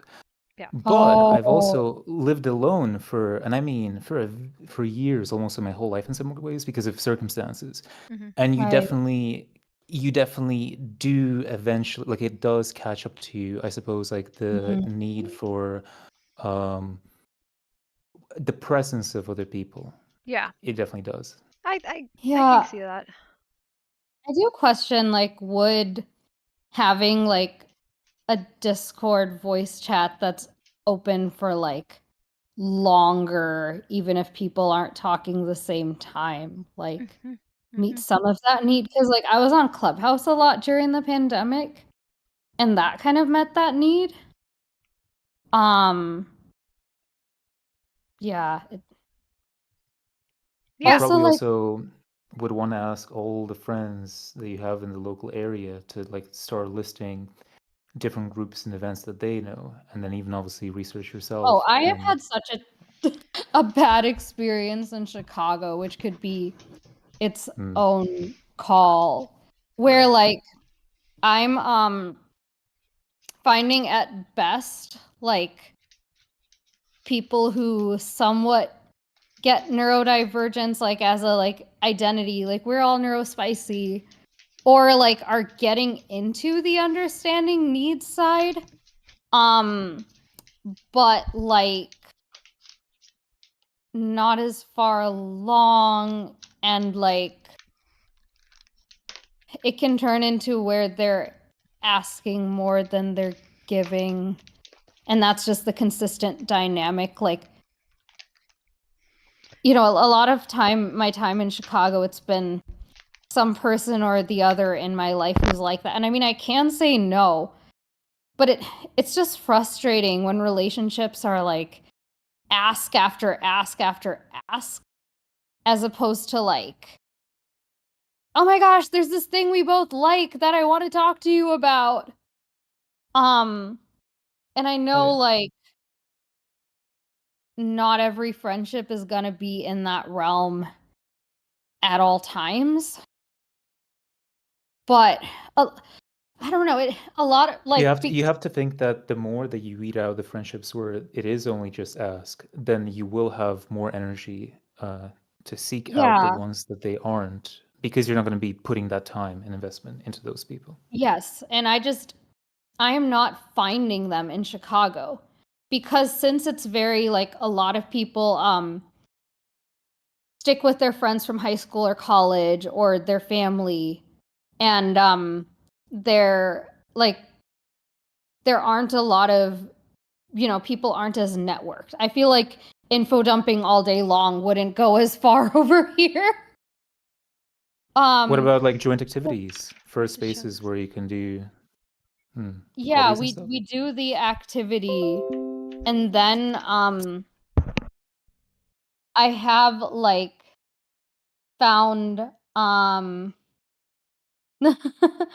Mads said, yeah, yes, Mads, I love regulating with you remotely too. Okay, yeah, you and me, I would love to have some long ass calls where we're just on the phone together and don't even need to talk the whole time. But yeah, like other than doing the activities, it's like there are people who talk a lot about mental health, but not in a way that like ties it to our personal lives. It's like, okay, I show up, I hear a bunch of depressing shit that's happening in the world, and then I go home. That is the opposite of co-regulating. Or it's like I do enjoy like karaoke and like pure fun distraction type activities like that. But yeah, I haven't found I found like one person who like has been able to at least keep up with me with the ideas that I'm putting out there. I'm not, and like yeah, filled in some gaps intuitively. I'm not sure if I kept going, like how that would work. So yeah, I got one potential who may end up leaving Chicago soon, just like the last one did. That's another thing, is like the people who don't have like ties here already, it's hard to get rooted. So I'm actually like looking for other cities to explore. Like I love San Francisco. But yeah, I want to have more options than that as well. Like where can I find work and a support system and everything? I feel like I may have been putting too many eggs in one basket. But then even thinking about doing that exploration and meeting lots of new people, that's how I got into autistic burnout, which is why I'm really afraid to do it again. Well, you have to pace yourself. And like I said, that's why learning to check your bodily reactions, like the psychosomatic triggers, right? How specifically you can sense that you're getting tired, whether it's a pain in the shoulder or like an eye twitches or whatever. It's going to help you stop yourself early, right? So you don't contribute to burnout.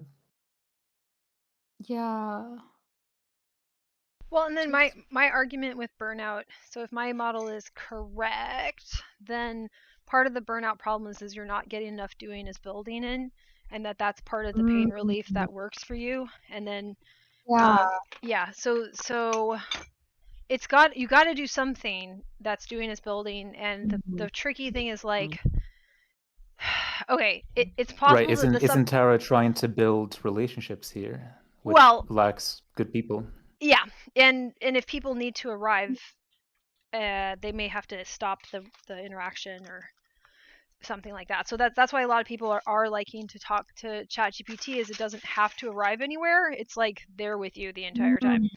So that's helpful to get a break from somebody who's like, well, gotta go, bye. And you're like, I need to not be alone right now. Wait a second. Huh? Yeah. Yeah. So there's a problem there. But if you can, what I would suggest, since you've had some success online, and like you're welcome to do this in my Discord as an experiment, or ask if other Discords will let you, if you can have a little space that you cultivate, or you can invite people to it and make your own Discord where you run an experiment of like what this looks like and what this feels like to do a doing as building co-time. Because I don't here's the problem that I have a little bit with the idea of body doubling. I think it's for a lot of DUE tasks, like this is do, Right. and not do as in I want to build something.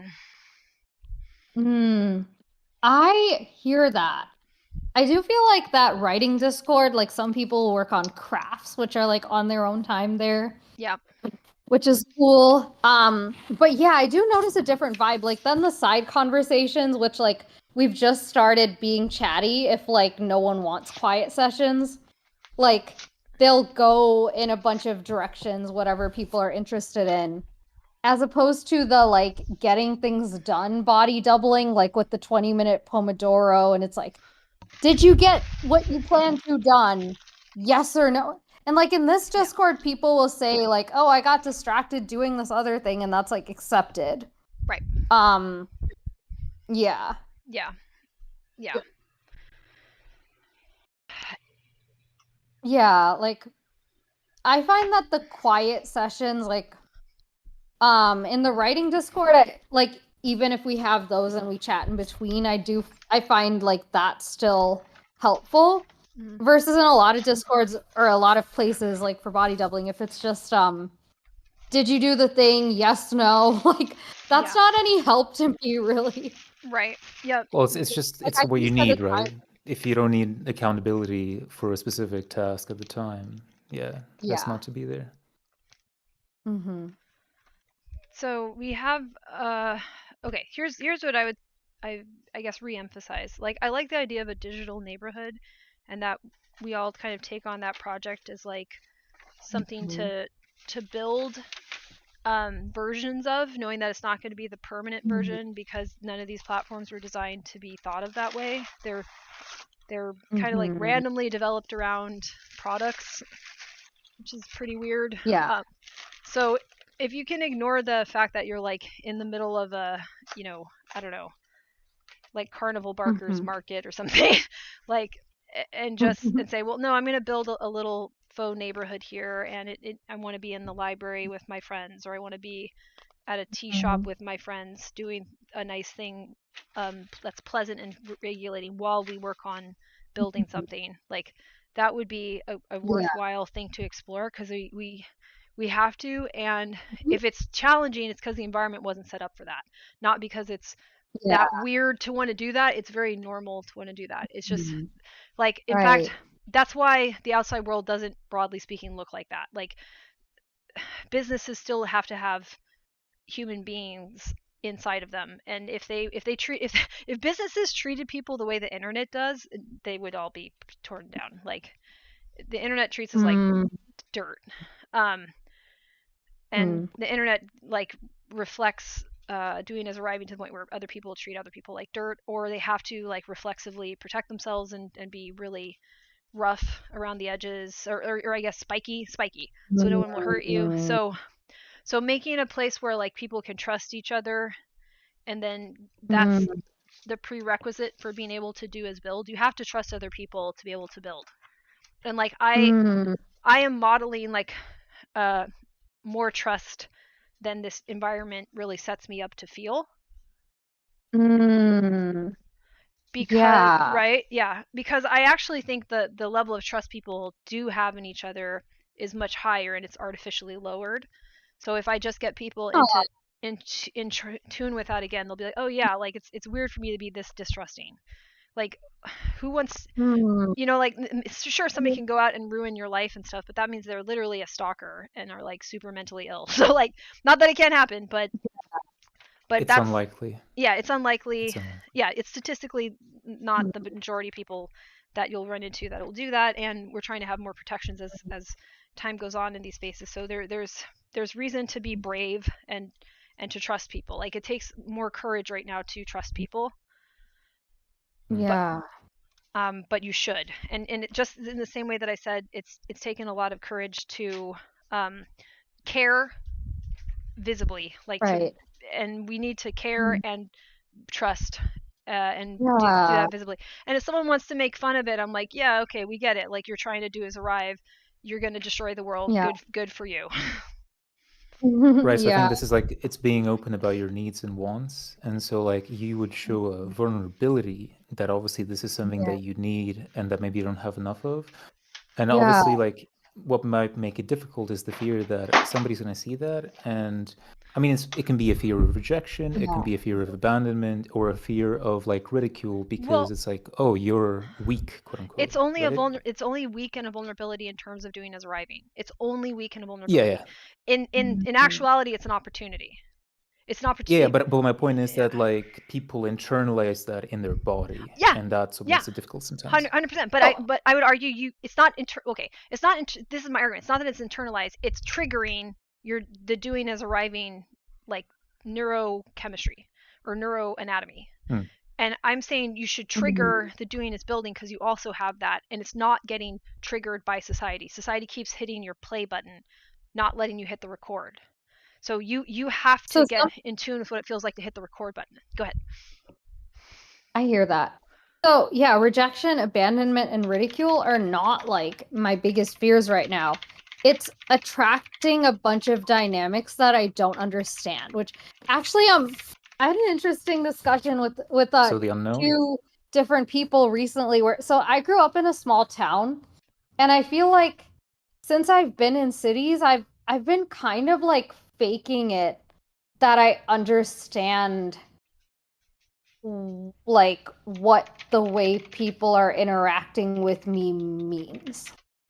Like, I'm slowly starting to get it, but it's still just exhausting, especially like with other neurodivergent people when they do something I don't understand.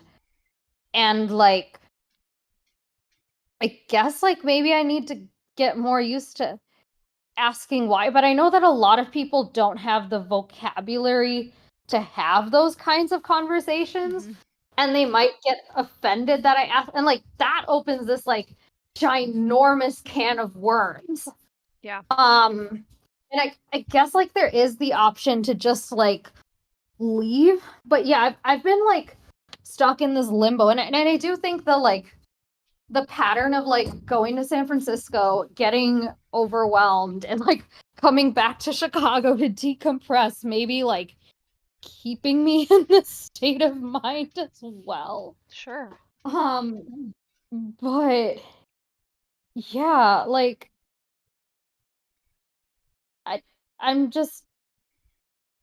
afraid of being like overloaded with like dynamics that I don't understand. Yeah.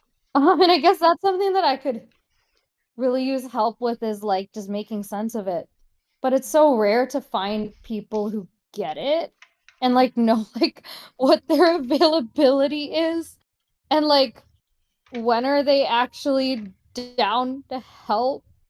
You know, like just because they were once doesn't mean it can be like a recurring thing. And it's like, I feel like I just keep going into these Discord spaces and being like, oh, you're here. I have something I'd love to ask you. But then I want to make sure I'm not like derailing everything everyone else wanted to do either. Well, that's why maybe it might make sense to have your own space just as an experiment, so you don't have to be the person adjusting to the expectations, but you set them instead and see how that feels, because then you might get better at like stepping into another space that's owned by other people and saying like, well, these are the expectations that I try to um, make clear, like that I need to know if you're expecting this from me or not, or if I'm supposed to expect certain things from you or not. Like maybe there's a way to practice it where you're setting the expectation and then see what happens. Because like even if that doesn't do anything but give you a little bit of information, it doesn't quote unquote go anywhere. You might be able, Yeah. yeah, you might be able to get the sense of like when you're tapped into the kinds of behaviors that stabilize what you want to feel and what you're trying to work on. So like my argument, I guess, is that we don't have a lot of words to anchor us to those behaviors. Like we don't. There's a couple, but I've had to be really creative and come up with metaphors and come up with models to try to say like, no, we can think this way. See, it's like physics. Like physics says we can, but we don't have a lot of words to get us away from the DUE due dates arriving stuff and into appreciating and spending our effort cultivating, doing is building. Because we the tricky thing is like I don't think we're gonna get okay. I don't think we'll get a reward necessarily. We might though, but it would be like a thank you, like thank you for building something that's actually helping me, which is that's good. Yeah. And I actually don't know why we don't do payment like that at this point. Like why don't we do payment as Yeah, like right? thank you? Yeah, for real. Like, why are we only paying for things in advance based on how they're advertised? Trust. It's the trust thing, I think. And Yeah. and we don't we have so little money right now that it makes people seem untrustworthy, but really they're just broke. Yeah. But like if we pay after the fact, then we know someone was actually helpful. Yeah, exactly. Yeah. I would love to promote more donation models. Like pay when something was valuable to you. Yeah, like I'll pay taxes when my government proves that it has anything sensible that it's doing. So I'd love to do it that way. Right? Yeah.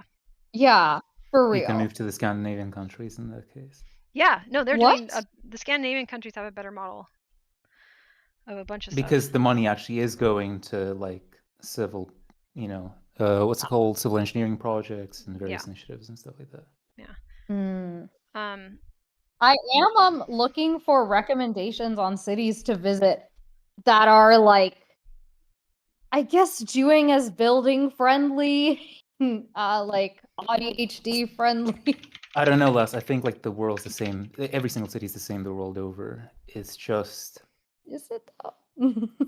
I've traveled quite a few, and I mean I live in Europe and I've been to a few places here, but I just think like something that helped me kind of when I realized at one point this idea of like, if I don't expect anything from situations, but I simply hope that things will work out in a certain way that is good for me, then like things will be fine. And I think this sort of like idea or this sort of like feeling in my heart kind of has then led to me kind of meeting the things that I wanted or needed to meet at the time.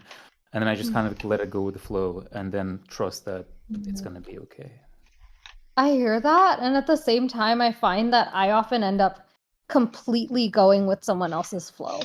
Like, I appreciate when we can, like, co-build a flow, which I feel like the neurodivergent writers group is really good at that. Like, just based on whoever's in the room at the time, like, what do y'all want to do? So I feel really comfortable there. But most spaces, if I go with the flow, it ends up being, like, completely on the other person's terms. Yeah. which is why like I developed this habit of trying to like pre-script everything, which did not really work, but I did feel less exhausted than like when I was trying to go with everyone's flow. I think. Maybe the least exhausting will be just, as you said, walking away when you feel it's the time to. Yeah, that is true.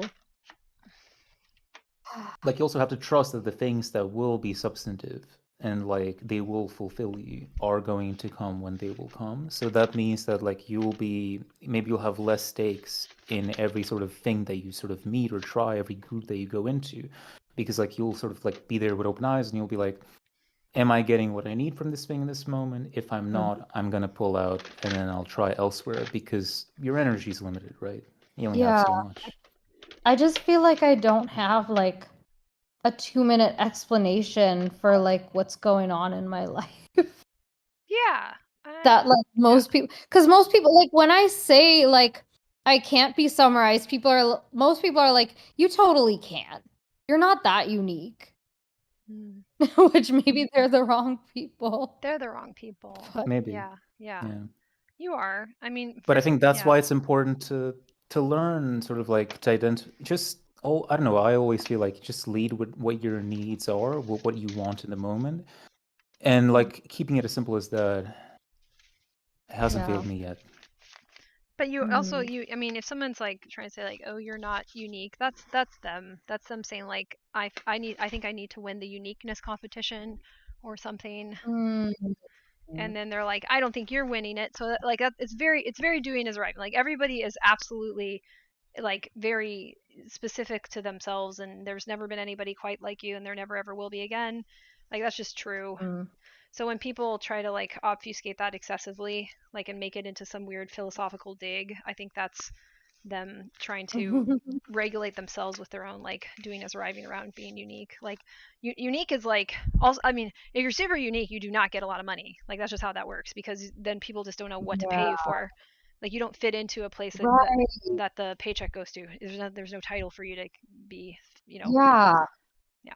I think it's also just the thing that people feel like you have to have done enough to be a certain thing to deserve that label the way that they understand it. Yeah. Well, otherwise and like you don't meet their standards. The whole system collapses, and the dirty little secret of all is standards are really not there. Like there's some standards, yes. I'm not going to say there's zero. Yeah. Like expertise still exists and persists in the system, but it really gets shortchanged and undermined. So there's people that buy their way to the top. So then that makes Forbes the top 100. The Forbes 100 top businesses list is like you pay to be on there. There you go. And you can pay to get negative reviews taken down nowadays. Yep, not surprised at that. Yeah, so exactly. So there's it's not even like conspiratorial. It's just like this is the problem with doing as arriving being like how people regulate is you and so then the solution is that you have to figure out what it feels like for you to stick with doing as building, and what that means is that you're going to stay. Like fundamentally it means you're not going to go be anywhere. Present. Yeah, well, or it's and yeah, it's and like I literally like it's even more literal than like be present. Like literally it's like don't get up. Like sit down at the thing. Do not stop doing the thing. Like breathe. Yeah, or don't like okay, let me be as literal as possible. So like if breathing was the thing that you want to hold on to, like then literally like put your hands on your abdomen and feel your lungs move. Like if that's what you're doing, then you need your mental hands on it, you need your physical hands on it if you have any, you know. You need to use however you like hold that physically and mentally to be happening. So if someone didn't have arms then and they wanted to like be with their lungs, they might focus more on like what their mouth is doing or something, or like, you know, I don't know, whatever. You need to make contact with it. Do not put it down. Hold it. So I like it's being present. The problem with that is that your mind can wander onto other things. I want you to do one thing. So if it's Like in ballet, we have a move called the tendu, which is just like brushing your foot out to a pointed position. And it's just like if you're doing the tendu, then do the tendu. Like everything is doing it all at once. And like you can focus on different parts of it, but you're still focusing on it. So it's a little more specific. You have to pick a thing that you're working on and do not stop working on it. And it has to be a thing that you have to stop and keep working on. It can't be like I'll start working on something when I get there. It's not getting there. It's persisting with something even if there's no signs that it's going anywhere. So it would be like what's an example? Circling around it. Yeah, circling around it. Let's see. I'm trying to think of a good way to say this one. This is tricky because we can walk and talk, like there's that, right? So like in theory you could talk and walk and do things, but even if you're talking, you're holding it. If you're talking about it, you're holding it. That's the conceptual cognitive way of holding it. The manual, like tactical way of holding it is to actually have your hands on it. Like if it's a keyboard, you need to be tapping that keyboard. If it's a book, you need to be holding that book. Like even if your eyes glaze over, it's better for you to stay holding the stupid book. Like even if you don't engage it's kind with of like what is your axis, right? What is your like central pillar in some ways that like you're holding on to it? I need you to like this is how I'll put it. I probably should go do this. Let's say you can't read the book, right? Like and you really need to read this book. This is an example I have. Probably what I should do is set up my chair, sit there holding the book. Like even if all I do is sit there and hold the book, that's better than me not doing that. I'm thinking more about the book than if I weren't holding it. And I'm doing it because I'm trying to look for the good feeling of holding the stupid book, because that's doing is building. If my premise, if my whole thesis is correct, there is a physiological like experience of pain relief that I am trying to notice and get good at entering. And if I start to feel bad, I cannot get up and fix it that way. I have to fix it by sitting there with the thing. So I'm like locking myself in place, saying, nope, we're not leaving yet. Nope, we're not leaving yet. Nope, we're not leaving yet. Even if I have to dissect something about my resistance to it or my negative feelings. It's and when people say like sitting with your feeling, I mean something way more specific than this. I'm way more literal than that. You have to sit with the specific thing that has features that you can identify. If you can't sit with nothing, nothing doesn't have features. You have to sit with the real thing. I mean, people would call it focusing, concentration, and stuff like that. It could, yeah, they could. But you see how I'm getting like a little more specific? So I'm saying you need to have a thing that has a word that identifies the thing, and you need to stay with the thing until you figure out how to feel good. And that is how we fix this. Well, you have to be familiar with it. Yeah. Well, I don't even know if that's what you have to do. You just have to feel good. Like, I don't know how necessarily. Is it okay to like take breaks in between that though? Because like yeah, absolutely. Yeah, you should. Well, yes, because yes, absolutely yes. I want to just like jump in and say yes. Like you have to get up and like feed yourself and stuff. Like if I'm in quote unquote flow state, I will forget to eat, right? And I should and I don't get up to go eat. So if my premise is that we sometimes solve problems by going and we sometimes solve problems by stopping, all I'm saying is that we have forgotten what it feels like to solve problems by stopping and staying. Yeah. So you can absolutely get up. Yeah, that ties to like attention spans and stuff like that because of digital media and whatnot. Right? Yeah. Well, there's also like the emotions and just how much we can self-regulate in one go. Yeah, exactly. If you're like I'm tapped out, great. Then the practice is done for that time, and maybe you want to go back and do it later. Ideally, what I think I want to have happen is sometimes you get dysregulated, and when you normally would continue to do as arrive, you instead try doing as building. Because you can trust it now, because you've had good feelings from it in the past, and it's turned into good things getting built.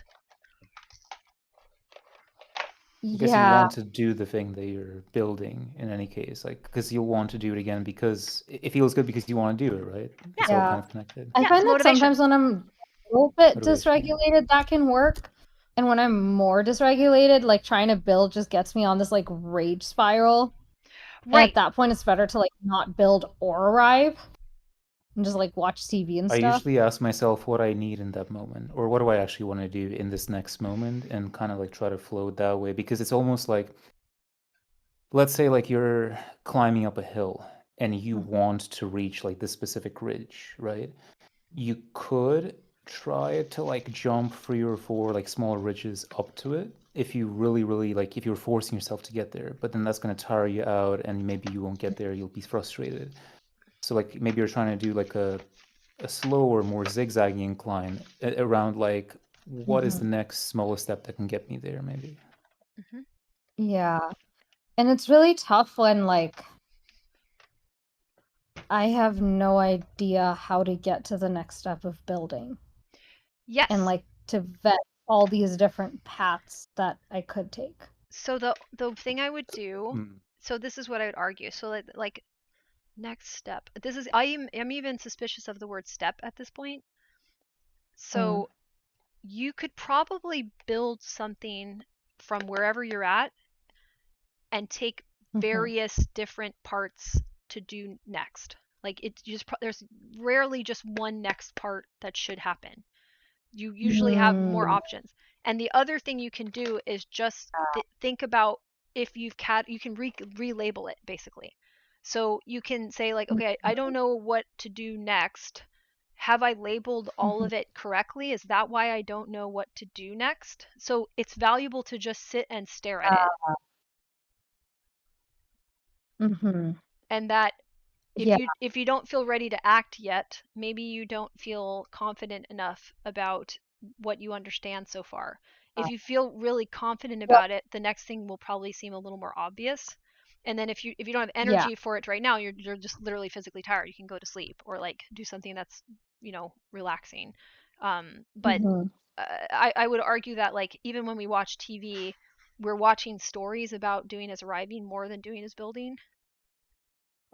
So it could prime you to also not work through that feeling, and to resolve that feeling with doing as arriving. So that's my concern, is that we keep reteaching ourselves that if we feel bad, doing as arriving is the only way to feel good. Oh, Jane, do you know about the anxiety boredom axis or whatever? I think I've heard of that. I'd love to see that though. It sounds familiar and yet. Okay, let me look at that. Yeah, I know who this is. It's Flow State. Yeah. I've read his book. Yeah. Yes. Okay. Interesting. Yes. Okay.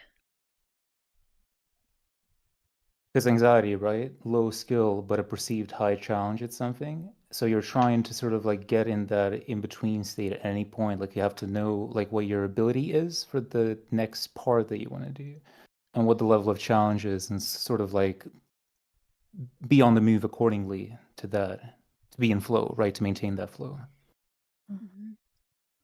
Interesting. Huh. That's interesting that he does anxiety and boredom. That's interesting. It makes sense to me, I guess.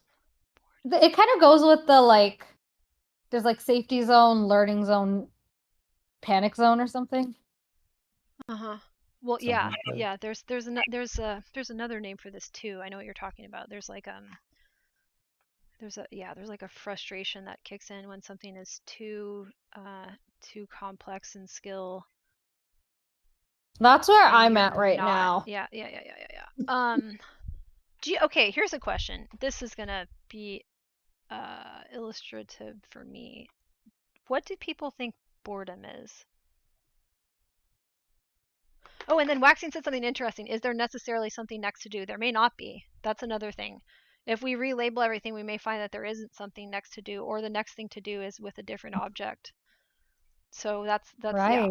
Yeah, that's a good point. Yeah, that's why you need new things in some ways, potentially. Like sometimes to get out of a rut, you almost have to put yourself upside down, right? To change your perspective. Yeah. In a sense. Yeah. How did I do that? Yeah, I would love to find a new thing that can like help organize some of my things, but I'm afraid of instead attracting new things that break all my things into a bunch of little scattered pieces.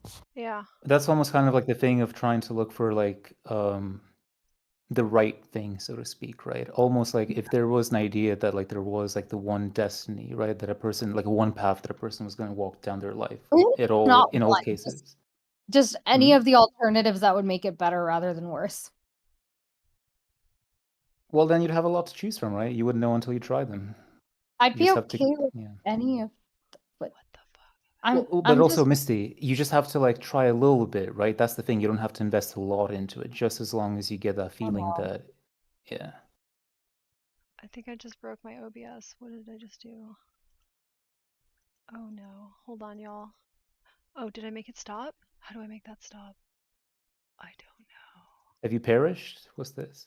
You guys are here. It's just that like I think I did something weird. OBS now like shows who's speaking, and I accidentally.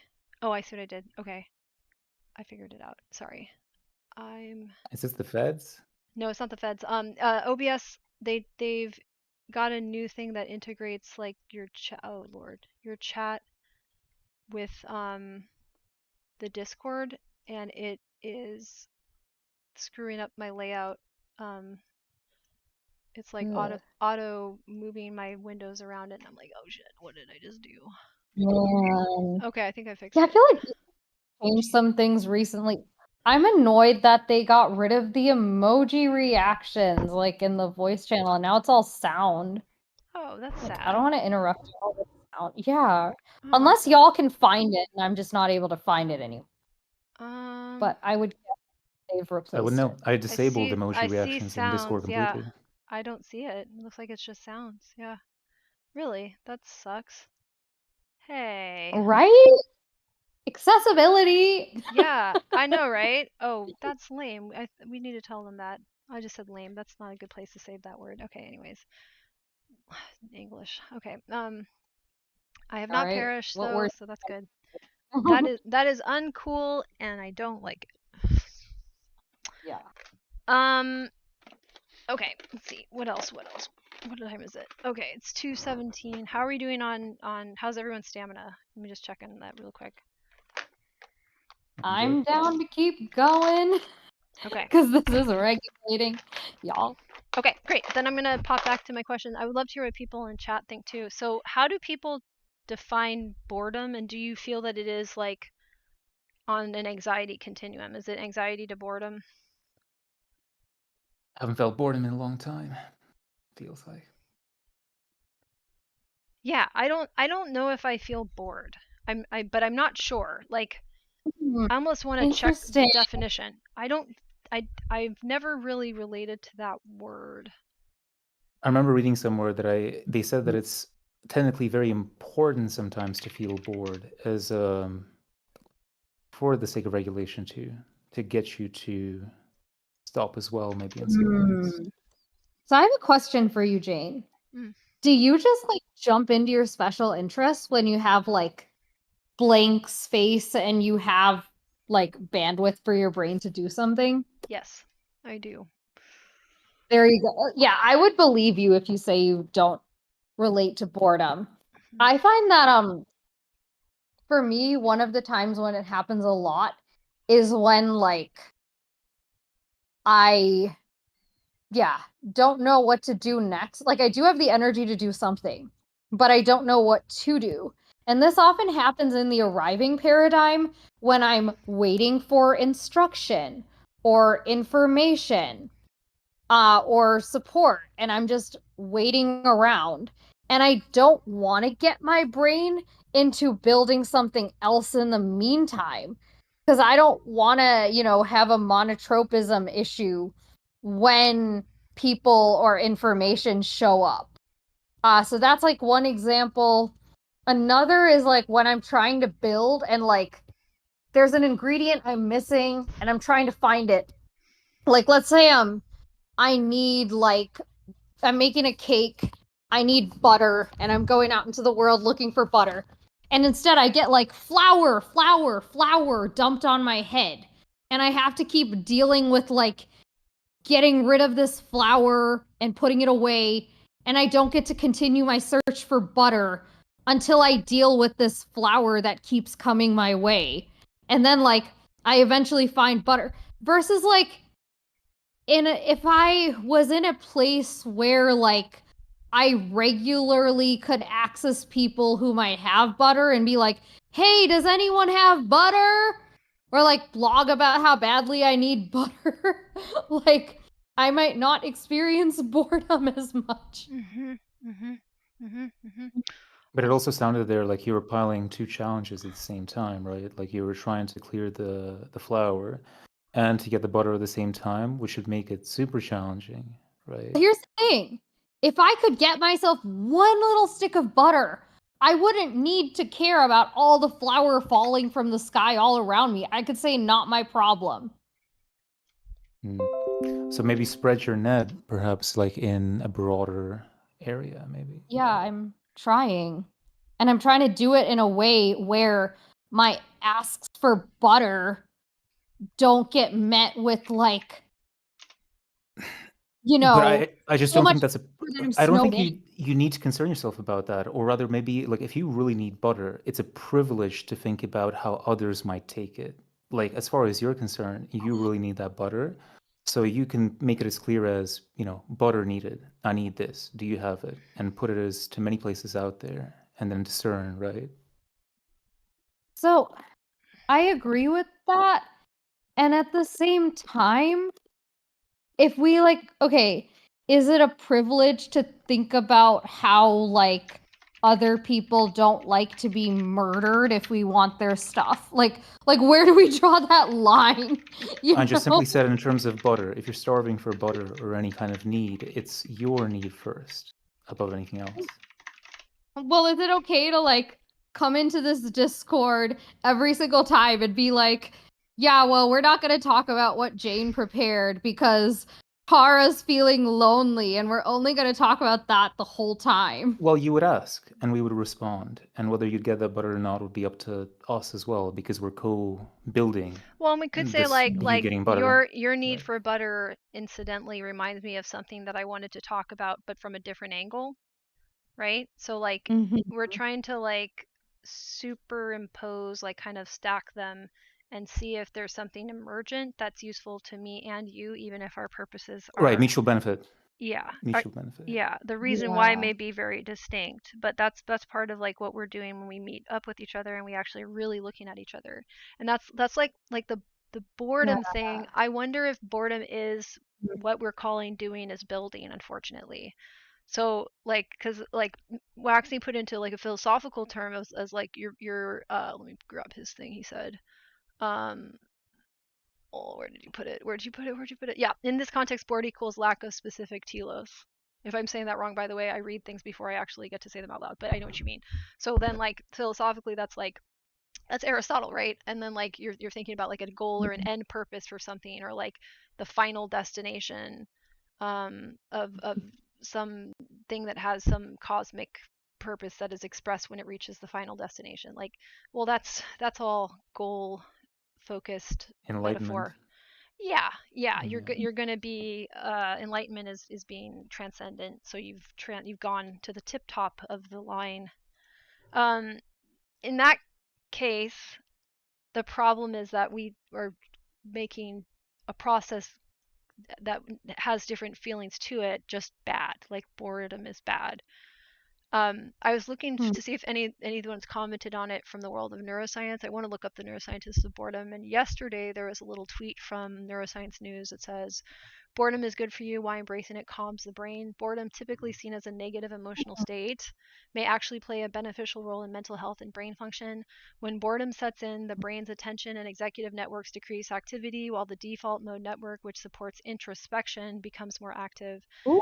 This shift, yeah, this shift encourages creativity, emotional regulation, and self-reflection. In today's overstimulated world, constant activity can lead to chronic sympathetic nervous system activation, contributing to anxiety and burnout. Allowing periods of boredom offers a natural reset for the nervous system, reducing sensory input and promoting calm. Embracing boredom may help individuals build emotional resilience, limit compulsive device use, and foster mental clarity. Or if you use my framing, then I explain that as we have labeled part of the process of working on doing is building boredom, and don't try to solve the negative feelings of that by arriving. Do not try to solve what happens when you stop by arriving. Mm. But it's already pathologized. It's already seen as negative. That makes a lot of sense, and I would love to check out that article, because DMN is something that I want to, and TPN is something that I want to learn about more, like in an ADHD sense, and like in general. Yeah, I appreciate that.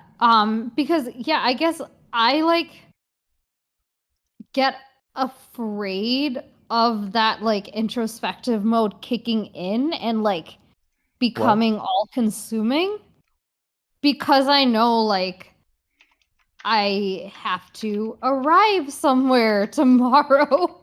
Yeah. Which is why I like try to hold myself in the, play music so loud that I can't think until I have to arrive again. Mm-hmm. What if you like limited yourself to like a certain amount of time, like 15 It's minutes? really hard to snap out of it. Mm. Like sometimes that does work if I like. But that's because the need goes unmet, right? Chronically over a long period of time. Like you're not going to get out of it logically, it seems to me, unless you did eventually make space for it to the point where you'll reach a point where you can, give 15 or however much time you need for it, right? Maybe that's a good point. I do feel like if I'm making like incremental what feels like progress, then I'll sometimes feel like, okay, I had some clarity today. I can rest now. Versus like if I just feel like I'm going in circles, like that's when I'm just like, something make it stop. Mm-hmm.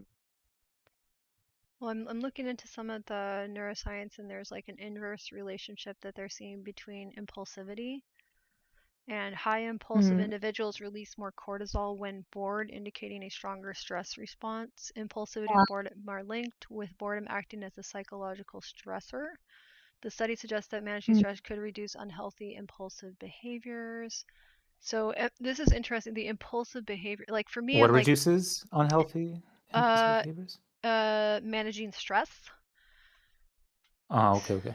And we're under a lot of stress and pressure. So I feel, but is the stress and pressure a signal to be impulsive or / to go, to move, to do, as arrive? And are we making it possible for people to stop? And what are we also It's also over? environmental. Yeah, exactly. Is the environment stressed or not, right? Exactly. Is the environment making you have to respond to the entering into doing this building as a stress response because it's a threat for you to stop moving because you're going to fall behind? You're not productive. So in that case, like, are we describing our pathology as a normal human brain response when really it's just a pathological response in this stressful environment, which I think is true. And we also may be over-identifying with people with impulse control disorders who have been made worse by this environment because they're in positions to say that they're more normal than they are. Because if they're pathological, they've been doing is arriving to be at the top of these hierarchies, and that means that they shouldn't be there because they're pathological and dangerous. And the only reason they got there and were motivated to get there was because they're in extreme pain that they can't manage without trying to arrive somewhere else. That's better and better and better. But a lot of it too was inheritance, right? Like a lot of it was simply that they got those positions as a virtue of the sheer circumstances of their birth. No. But so if they wanted to build, why would they build the same things that, you see what I'm saying? Like they aren't really building. Like it's still atrophied. So they've inherited that, and they've atrophied. They're doing is building at the same time. So then that's why they get Well, worse. I guess the way that they see it, they've made a lot more money than their forebears have. They're supposedly richer than ever. They would see as they have built, but maybe in reality they haven't. Well, what have they built? Like, I mean, so you don't build the trophy Businesses, that people give. they see it. No, the business is just to exchange for trophies, though, right? Like they don't go like, I built 15 businesses. There's not a Forbes how many businesses you built list, right? Like if anything, they try to bury a lot of them because most of them fail. Well, yeah, of course. But I guess they build empires, right? They want to build empires, Serial commercial, entrepreneur, financial. They the want term. they will build whatever the society will give them the awarding trophy for, is what I will argue. Like if the arriving trophy built rewarded you for killing people in massive wars, they would do that too. They don't care. Yeah, of course. Yeah. So so do they think they're Or building? No, they're because like they they're don't. building a model for the consolidation of power, right? Right. So they're not curious what I even mean by building. So if they thought that by saying they're builders would give them a better trophy at the arrival, then they'll say it. But they'll say they're, you know, the King of France, Mickey Mouse, Donald Trump, whatever. You know, like they'll say they're important people. They'll say they're Jesus Christ, Santa Claus, Easter Bunny. It doesn't matter. They don't care what any of that means. No, because they only care about how they're being seen by other people, but also not necessarily other people, but specifically like general opinion, general public opinion, right? The general peer, you could say. Mm. I think that's what it is. It's because it's like they get into this point of like, if you're starting to get social validation from like a large part of the population, you're obviously gonna want the same thing, if not more, right? Well, and more of it from larger numbers. What's the utility of the social validation? So what does that give them? Affirmation of their identity, right? Why does that matter? So okay, if I affirm your identity and then I'm going to kill you anyway, why does that matter? Right? Like they don't want I'm going to argue it's not that they want affirmation of identity. They want people to not kill them and hurt them and to give them nice stuff and to not suspect them and to not distrust them. They want people to not kick them out of the But they doing think of that they're arrival place. untouchable. Don't they also like think that they're untouchable? Like the French aristocrats, right? Just Yeah. before the revolution, they Yeah. they got to that point because they thought Yeah. they were untouchable. Because they're delusional, because they don't actually build, so they can't see what's really going on. So they yes, they do think they're untouchable, but the reason they're happy and they keep doing this is because it makes them feel untouchable. That's the reward. They want to feel untouchable, so they will eventually feel untouchable. Yes, but they won't actually be untouchable. Immortal, right? Immortal, like gods, I suppose. Or or like somebody who has you know as much. What's the one that really knocks you out? Heroin? Yeah, like heroin. They want to feel like they're on heroin. Right. I mean, I also thought that they feel untouchable because, see, this is where I feel like with somebody like Trump or just anybody who's like a very famous populist, right? I always sort of like would feel that the way that they would win against any rationality or logic or any intellectual sort of opposition is that they'll simply buy out and exploit people who have the means of like offense, right? Arms, guns, right? Like you can have all the best theories in the world, but like it doesn't mean anything if they'll come for you, right? They'll arrest you. They'll kill you. Means everything. If I can tell you to reprogram your brain to practice doing is building, that's the only way that this gets fixed. It's individual people. Oh, of course. Right. I'm not denying that. I'm just saying that for them, that's what they think. Yeah, that's what they think. But in that same way, like they're kind of sowing the seeds of their own destruction. They either take all of us with them, or we all realize that they're crazy and stop listening to them.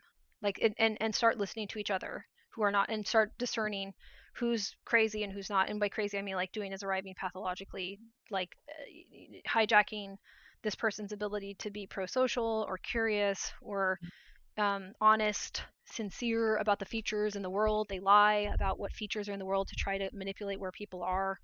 So what we have to do is describe that to enough people in enough ways that people start describing it to each other, and then it's just kind of like a big game of successful telephone of like, oh, did you know our brains really work like this? Like, are you in doing is building or doing is arriving? And then you have to have a personal relationship to what it feels like for you to be in building. You have to remember what that feels like, and then you can tell if someone's trying to make you do is arrive, or if you're having support in doing is building from other people, even if they're bad at it. Like even if someone's like not very good at doing is building in this particular way, or is practicing it, you're like, but you're still getting it. Okay, you still don't want to do as arrive, you'd rather do as build. Okay, we're fine. Then you can still work with that person. And then see what I'm saying? So like it's a project that we all need to like start to personalize. but it only gets Yeah. personalized when you work with another person. That's what's weird about it. So like Mhm. you Yeah. and if you work on it by yourself, you're still working with the voices of the other people that helped you. Like I have a lot of mentors that are eternally in my mind. I have mentors that didn't know they're my mentors because Mhm. they died before I was born and I just read their book. You know, there's Mhm. that sort of I do dynamic. feel like this does all tie to like identity though, because like the idea of the self, right? It simply doesn't exist, I think, outside of relationships with other Yeah. people, right? Yeah. No, yeah, I agree. I believe that, yes. I believe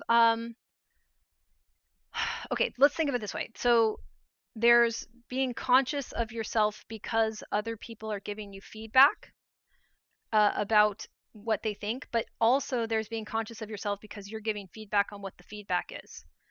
Like, do I think their feedback is correct about me? Hmm. And if it's all doing is arriving, that's relative. So if I'm walking around in space and I ask any person, where am I will get different responses if they do it relative to themselves. Like Mhm. you're to the south, Right. and then I ask someone to the south, they say, you're to the north, right? Yeah.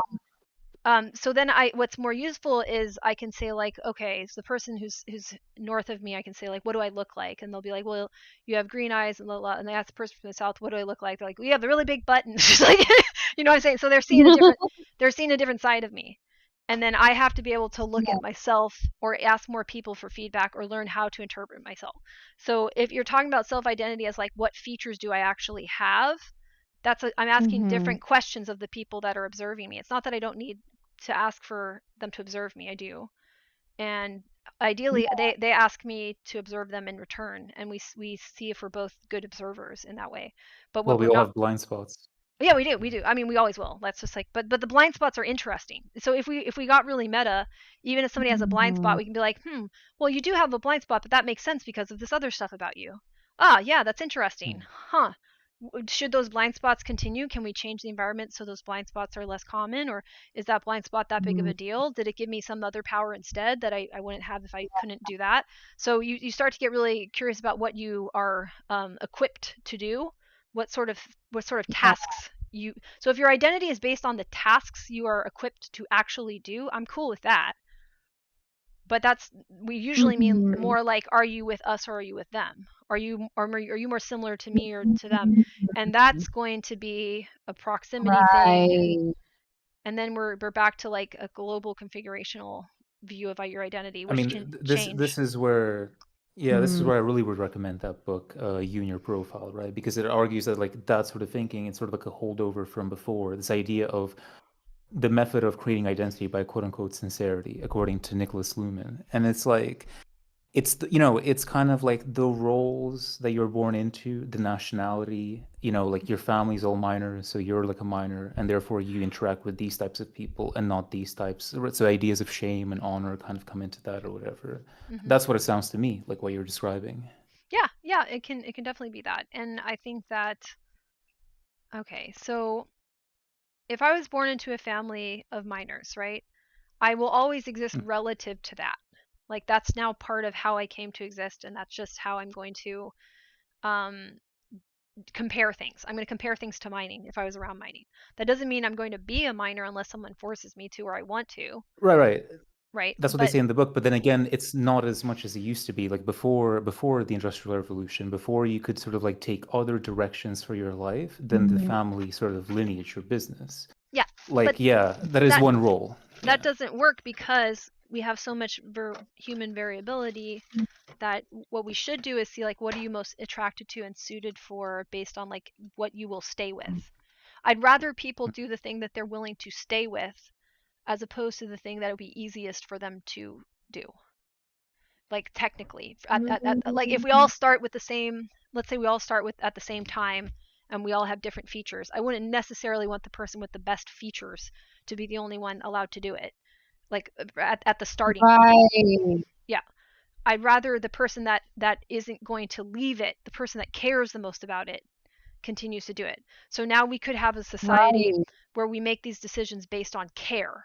So when I say do is building, I mean this is Mhm. caring about it. And I think caring about something is painful in a unique way. And if you deal with that by running and going to arrive when you feel the pain of carrying it, that's a problem. Mhm. Oh my gosh. Yeah, so like caring is painful, but then the people who have the best features who don't care as much are like already, you know, allowed to be like king of the space where you're learning and doing the thing. And like the people who really care have to like prove that we deserve to be there. Like we Well, can't that's the do idea of like natural feeling. talent and like Yeah. prodigies and geniuses, right? But then again, I feel like that's more of a cover for people who had the resources to position somebody, say, like really Yeah. young, and then they obviously take all the spotlight and the resources, right? Mm-hmm. If these Yeah. if these spots, There's was going to add one thing. If these spots, like certain things have a status attached to them, like for example, I think I should actually be some form of a weird academic, but there's a status attached to being an academic, so I can't afford to become one, at least not a traditional way. So now we've created problems where certain roles in society are supposed to be high status in arriving.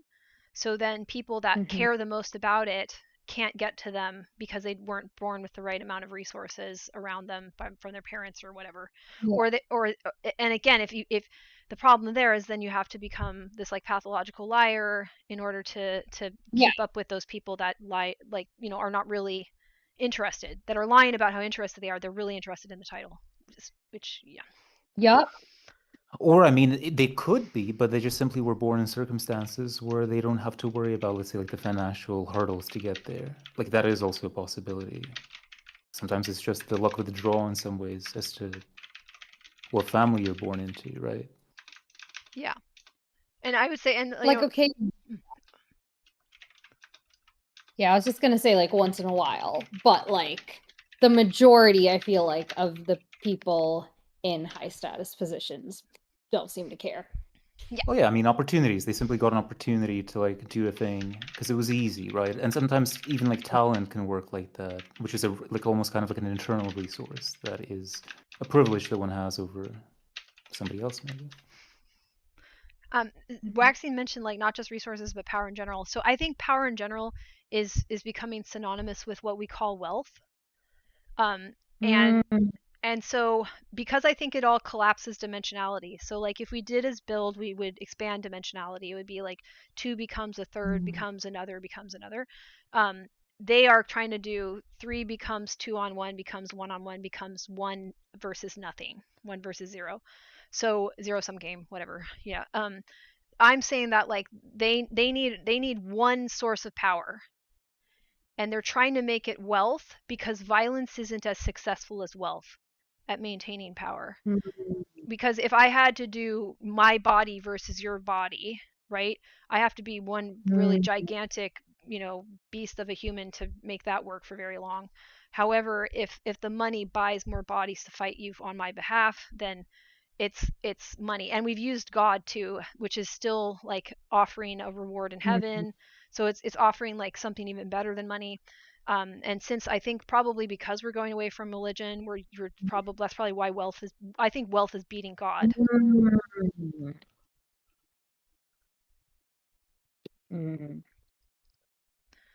Well, the to person with the answers, right? Or the influence or whatever.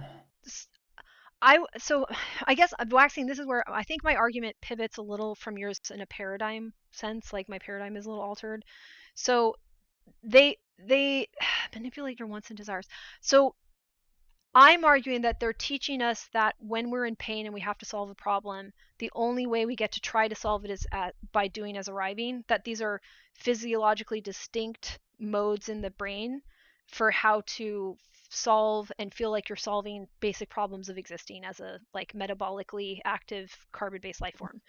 So they're saying that like yes, you do have those needs and wants and stuff that any human would, but you are not going to be able to do anything about them unless you arrive. But the human organism also gets rewarded for stopping and staying with something and building in one place. And the problem is that violence is happening when you don't do that. So when you never stop, you will hurt yourself. So if I decide that the only way for me to solve any problem I have is to keep going and I break my ankle and I still try to keep doing that, I'm creating an extreme problem for myself, where I'm actually doing a violence onto myself by not trusting in the ability to stop and heal, or stop and ask more questions or pay attention, or find somebody that I can trust who will help me with repairing my ankle or whatever. So Oh, right, but so Jane, yeah. right? A lot of people keep just doing that thing because typically, right, they arrive, but they arrive to an end that they think is like worth it or better than like, because the doing is building, right? You're talking about circling around something, right? Being just doing that specific thing that's in front of you versus sometimes like completely ignoring what your body's telling you and just keep doing sort of like actions over and over again until you get to a certain end.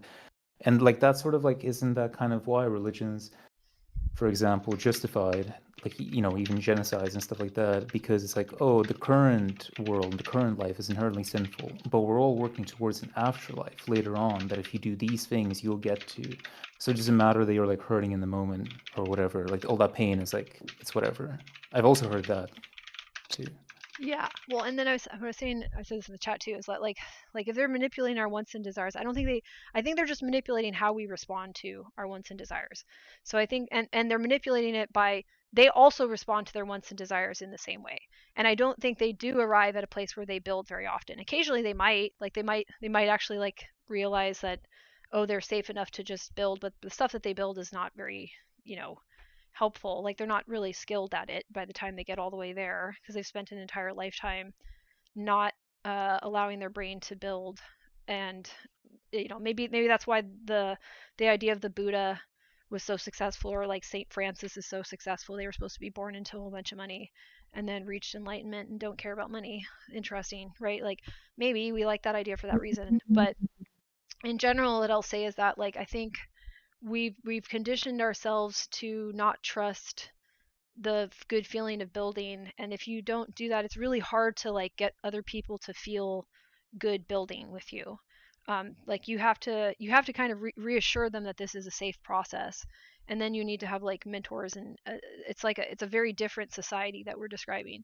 And I think that their society, I don't think there's a lot of agency that's making it act this way. I think it's just the brain is creating how do I say this?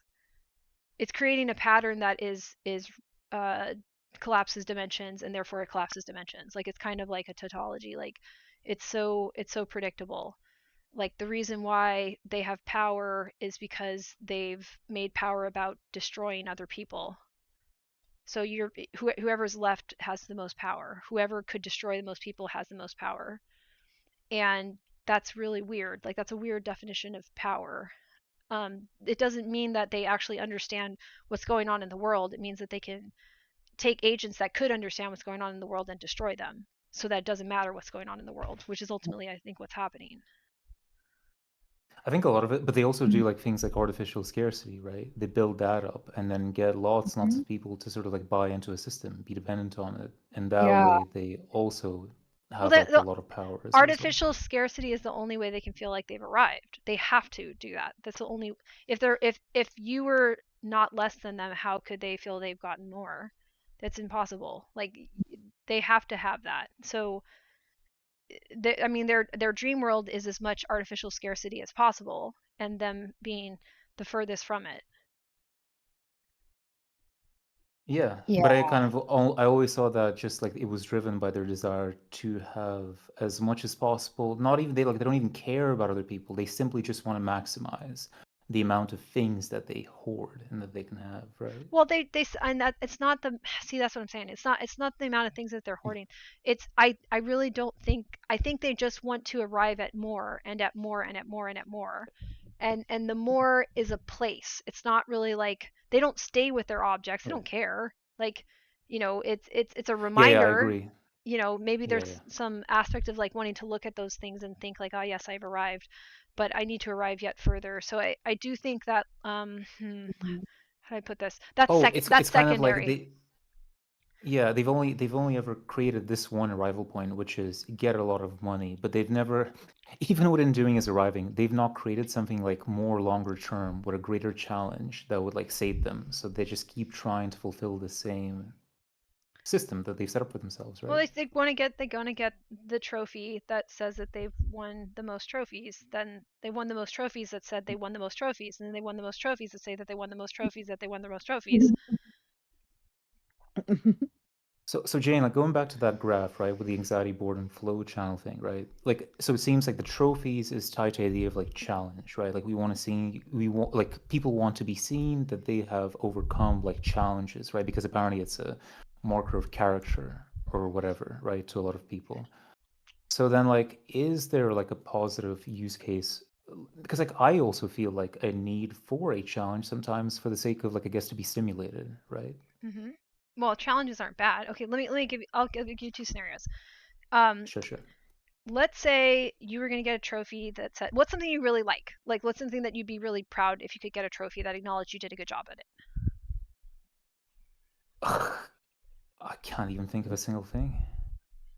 I don't know. Let's say like I don't know, do a bunch of trick shots on a skateboard or something. Trick shots on a skate. Perfect. Okay, so that's perfect. Okay, so trick shots on a skateboard. Okay, so you want to enter a competition for trick shots on a skateboard, and you have, let's say we're going to give you really good training too. You're going to have like the best that have ever lived coaching you, and you objectively now, Tony Hawk. yeah, Tony Hawk, Yeah. yeah, whatever. We can, sky's the limit. So you get to train with all those people, and now you objectively have a really good repertoire of trick shots, and you're going to do them, and you do a great job. Would it mean more Mhm. to you if those wonderful mentors gave you the trophy, or would it be equally valuable if a bunch of drunk toddlers gave it to you? Obviously, the mentors would need more. Yeah, yeah. So what we're saying is we're having a shortcut where we say, well, we want that acknowledgement, right? Hmm. Yeah. And it's supposed to suggest that the mentors did that. But what if most people are now getting them from drunk toddlers? Oh, I see. Hmm. Oh, well, that's the idea of like they did this in like pre-Second World War Germany, right? Like the idea of like fake trophies and Yeah. kind of like piling on like medals and stuff like that Yes. just to sort of right assuage like this insecurity, right? Yeah. Or And whatever. and this is a violation of trust, of featural sincerity. This concept that I'm playing with. So a trophy is supposed to, if it, the feature it had featural sincerity, it's supposed to symbolize that the best of the best agree that you have this skill. So standards, right? Yeah. Ties to standards or Yeah. whatever. Right. Standards, yes, exactly. And there's boundaries that are established by people who understand where the standards should be, and those are respected, and the only way that you can get this acknowledgement is you satisfy all of those conditions, and the only reason it exists is so people can know quickly that you satisfied all those conditions for practical reasons. Because like if Right. Also for yeah, trust for as trust, well. yeah, like, Yeah. so then, if, and because, okay, let's say we do the competition, and I'm going to keep using drunk toddlers, even though that is a good question, Green Mads, where they're coming from, but I I just go to the drunk orphanage and get all the drunk toddlers. Okay, so if there was you and another guy, and you both were given the same trophy, as far as the public knows, who don't know very much about trick shots, so they don't know what somebody who's good at trick shots would even look like. They don't know what the training makes you look like or anything. So there's you and this guy who did nothing but pay off the drunk toddlers, and you got the award from all of the mentors who know what it is. But society doesn't know the difference between you two. And then now it's one versus one, trying to turn into, it's two versus one. They're trying to get the audience on their side, the public on their side, the mops on their side, right? And then they're trying to eliminate you. Mm. So this is the problem that Yeah, we but I have. guess yeah, I guess so. But in that situation, that actually reminds me of like a friend in our group that I'm a part of, right? She's like an older lady who's like a council member. She's running for elections to be vice mayor for this town, and she's up against this older, like this younger competitor who's like very good with like networking and whatever, and is really hamming up kind of like the propaganda around her, you could say, right? And with your example, I don't know. I just feel like the way that I would try to like, because I wouldn't care about being seen as like the person with the greater trophy in the eyes of others, or like to sort of people understand that I'm superior, even if I might be, right? Because I don't know. I just feel like people's public opinion like changes. It's so like fickle and fleeting as well. But I guess a lot of people don't feel that way. Maybe. I don't know where I was going with this. Huh.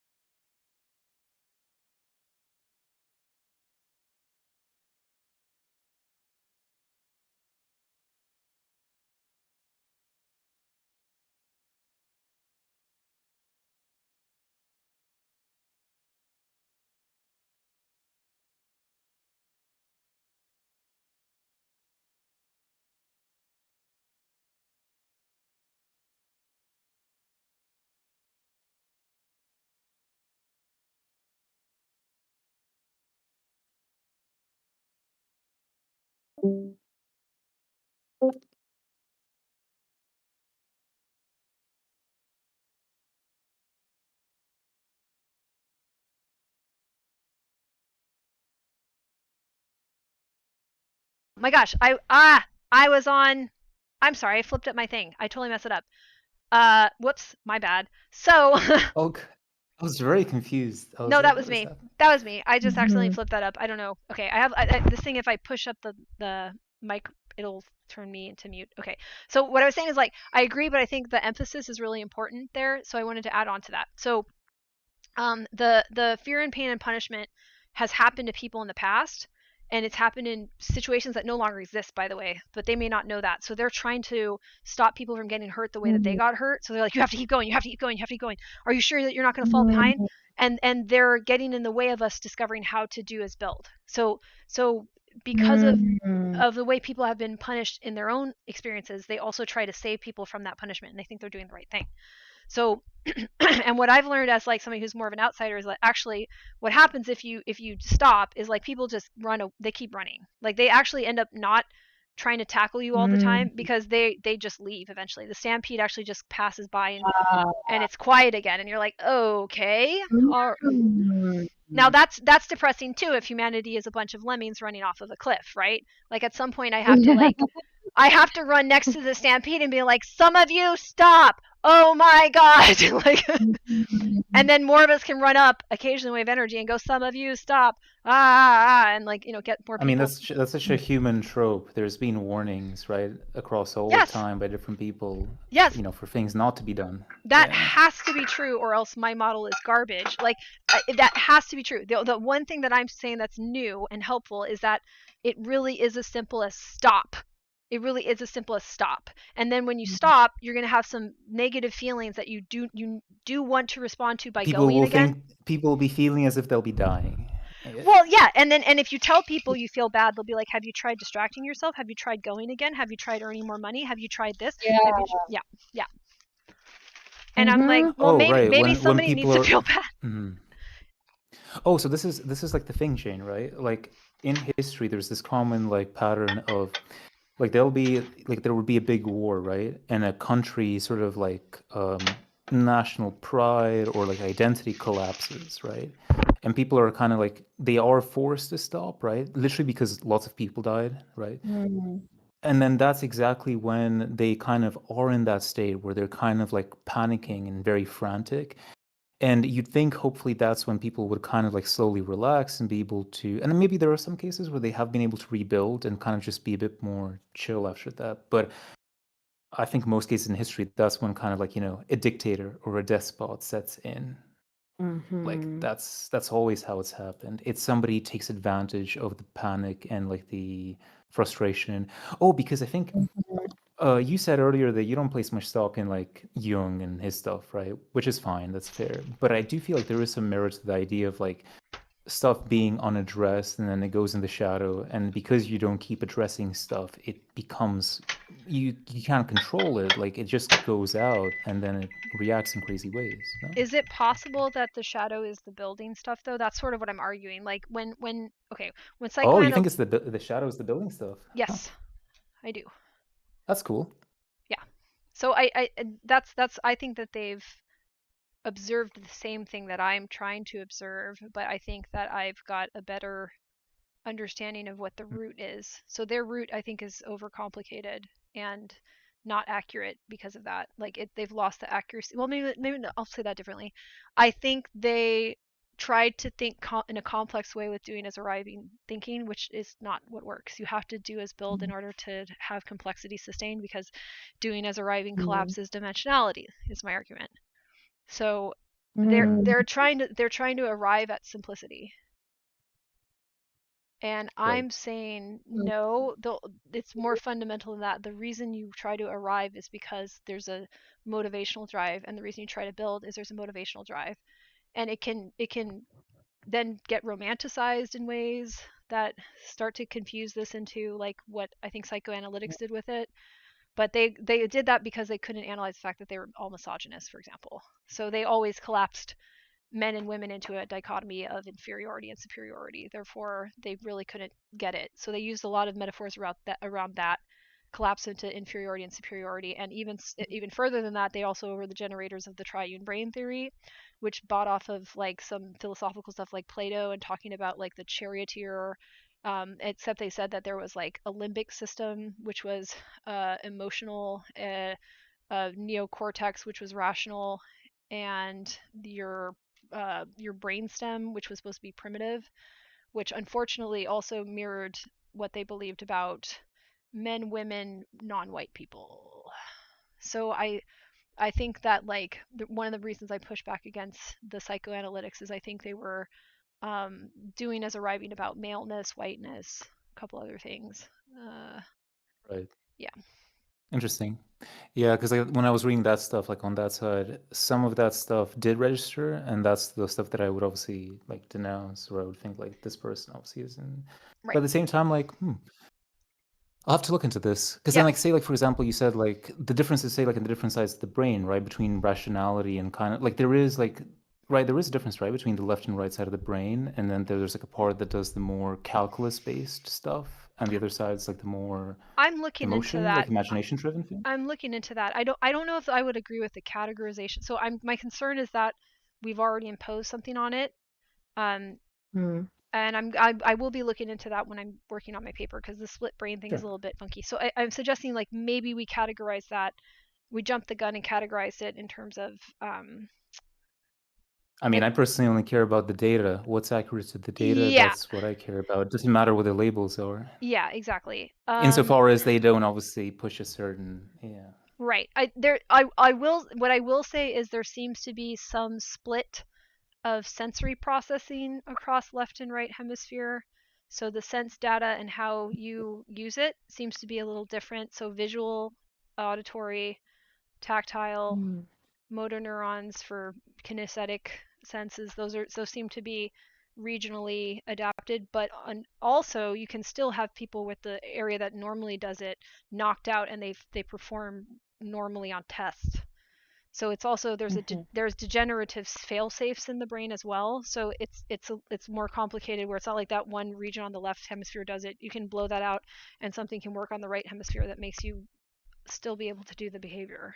So we don't really have a Mhm. great understanding of that, and that's true in Sure. twins. So there's some studies like that. So I need to I this isn't as More solid as it research. should be. Yeah. Yeah, but there's reason to be a little bit I guess skeptical. Actually, yeah, now that I think about it, because you spoke about this, right, a long time ago, one of your graphs, like in psychoanalytics, just even in older, maybe even philosophical thought, right, there was the connection, I think, between the quote unquote the feminine, right, and all the receptive qualities, which obviously were typically associated with bad. And then even further than that, you have like the idea of like the underworld or Chthonian things, things of the earth, like death or sexuality, right? All Yeah. of these things, for some reason, have been kind of like seen as taboo or locked away. And you're right, probably also like seen as inferior. Yeah. But then it's like, it's interesting because technically it's those, I guess, even like the stuff that comes from the spine, right? Which is, I think, like the first neural system that gets developed in the womb. I'm pretty sure it's the spine first that kind of starts forming, like that kind of ties in your basest impulses, and like, you know, why are those considered bad? Because those technically also inform the quote unquote higher cognitive processes as well, right? Do we have? And then Surely. the question is, do we have a base impulse or is it always one? So that's Mm. okay. So is the that suggests that there's a primitive and then a more advanced. But what if it's just all What they'd call this? the unconscious or whatever, right? And the Right. conscious, yeah. Or is it just that's a simpler version and we're the more complex version, not like an older version with a cat on it? What if it's like this is just something with more ingredients so that like this kind of cake has 500 ingredients and this cake has 5, but they're both cake. Mhm. So we don't Oh yeah, yeah, oh, yeah. yeah, so we think of ourselves as different in a hierarchy and we then therefore have things that make us better. But what if it's just we have more complexity and the complexity changes and has emergent properties that only can be there because Mm. of the complexity, so that we're more than the sum of our parts. You can't take any of it away or the whole thing's gone. But at the same time, like there's also this recurring idea, even now, that like though we are capable of like great complexity, and still things will continue to complexify and become even more and more branched out.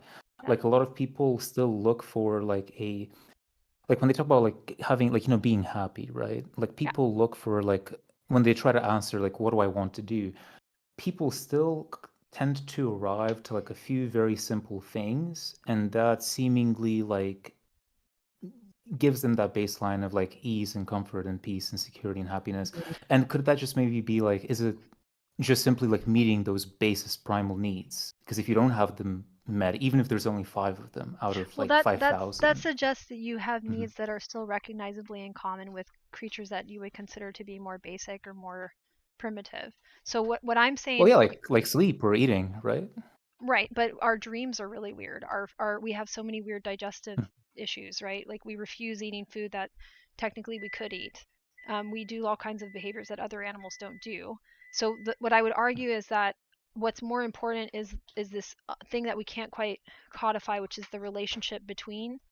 So if, okay, how do I explain this? So emergence, okay, this is good. Okay, so let's say I made a song and I have a Okay. tuba and I have a drum, and I'm going to play them at the exact same time. And because of the way the sound waves interact, it sounds like there's another instrument playing at the same time. And then when I just play the drum, you can't hear that sound. And when I just play the tuba, you can't hear that sound. Only when I play them together do you hear that new Mhm. frequency. And maybe it sounds like Mhm. an electric guitar. And you're like, that's really weird. Or it sounds like somebody saying a word. Like, huh, how did that happen? Okay. It will only happen if those two things are interfacing with each other. Okay? So what if our brain works more like that? Where, Right. Two things. Yeah. yeah, so then it's not a matter Two of things at the like, same time. Yeah. yeah, without both of them there, this third thing doesn't exist. And so I then, agree with you. I do feel this is true. Yeah. yeah, Yeah. yeah. So then that kind of changes how we would think about it, and it gets us further from like using a doing as arriving metaphor. And when I say Mhm. further, it makes us stop. Like whenever I say further in this case, arriving will keep moving. So if I say we're getting further from it by doing as building, that means we've stopped and we're contemplating and we're rethinking. Yeah. Yeah. So But yeah. it's interesting. I wonder if Waxing is actually listening to this and like whether he'd contribute, because I feel like what you just described comes to a realization I had recently that like in the past, like even in the far past, like they had like the hermetic ideas of like as above, so below, of like Yeah. connecting the sort of like the above, the heavenly, and then sort of like the earthly axis, like the But that's idea a of like mirror. connecting the mind and the As body. above, so below. Hmm. That's a mirror. They're saying they are identical. That's Right. not what I'm saying. Because we talked about that earlier, that there's like a sense of Okay. identity that's belonging as in sameness as in identicalness, right? Like Mm. echoing. I'm not saying that. I'm saying that when so the tuba and the drum aren't echoing each other, they're hitting each other, and when those sound waves interact, I hear something that wasn't present that I can't hear unless they're both interacting. So I see. that's not the same thing as above as below. It means above and below make a new thing. If Mhm. above plus below, or if above times below, new thing. So it's more. I hear you, but I just And don't know whether technically if it is different to what they were saying, because the idea was that I think even in psychoanalytics they said that like supposedly you integrate all parts of yourself, and who's that you though? forms this.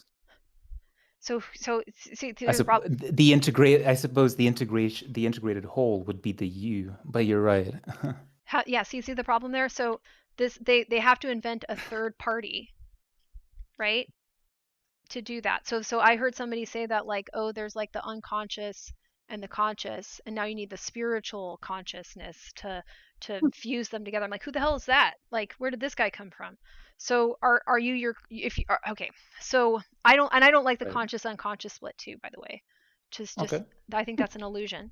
So I'm going to argue something a little weird, which is there's But I'll just quickly say that like we do things sometimes without realizing why we do them. Like there is an quote unquote an unconscious dimension to that, no? there's you caring about it, and then there's you not caring about it, okay? And there's some stuff that you cannot care about because it's outside of your perception, no matter if you want to or Okay. not. So there's some processes in yourself that even if you wanted to care about it, you can't, because you do not have the wetware to ever be able to do that. Yeah. Okay, What's the so difference between that and unconscious? yeah, see, I'll get into that. So when you care about something, like you want to pay attention to it for some reason, then you can potentially describe it, or make decisions about it. You feel like you are acting on it because you care about it. You feel like you're acting on it. If you don't care about something and you act on it, you may not notice that you did, but you still did, right? So if you cannot, how do I put this? Let me put this very carefully. If you cannot say to yourself, I know that that exists because I care that it exists, then you can't have any consciousness whatsoever. So caring is consciousness, basically, in my model. And if you are I doing see. something and you don't know why you did it, you still are conscious that you want to know why you did it. Like that still bothers you. So it's just that your Mhm. consciousness only extends so far, and you can try to extend it farther. Mm. And with modern It's almost medicine, like you the can extend care it that even you, farther yeah. if It's you almost like care the to. care that you speak of is what I would call, I guess, love, like this Yes, universal sort yes, of yes, idea it of is. it. Yes, that would be I think the best definition of love. It would be the healthiest one. Um, and then like so unconscious is like, let me see here. Let me go back here. Let's see. Just because we don't have a ready explanation of our action doesn't mean there is no exactly. So there may be explanations, but we can't care about it until what we already care about, already love, lets us bridge over to also care about that new thing in the same way that we learn to care about the old thing, which ultimately is caring about ourselves. Like I think all love is self-love, that sort of thing makes sense. So Mhm. the unconscious is stuff we can't explain very well or may never be able to explain very well that we still kind of care about. And then there's something even beyond that that we that is Mhm. there but we can't care about, therefore don't even know about. And that's what is that, like subconscious, like, you know what I mean? Like we could split this forever, or we could just say it's all on a continuum of care. Mhm. So it's just there's things outside of what you can care about and there's things inside of what you can care about, and that's a better split for But me. you wouldn't call those things that you don't care at the time to be uncared or unloved.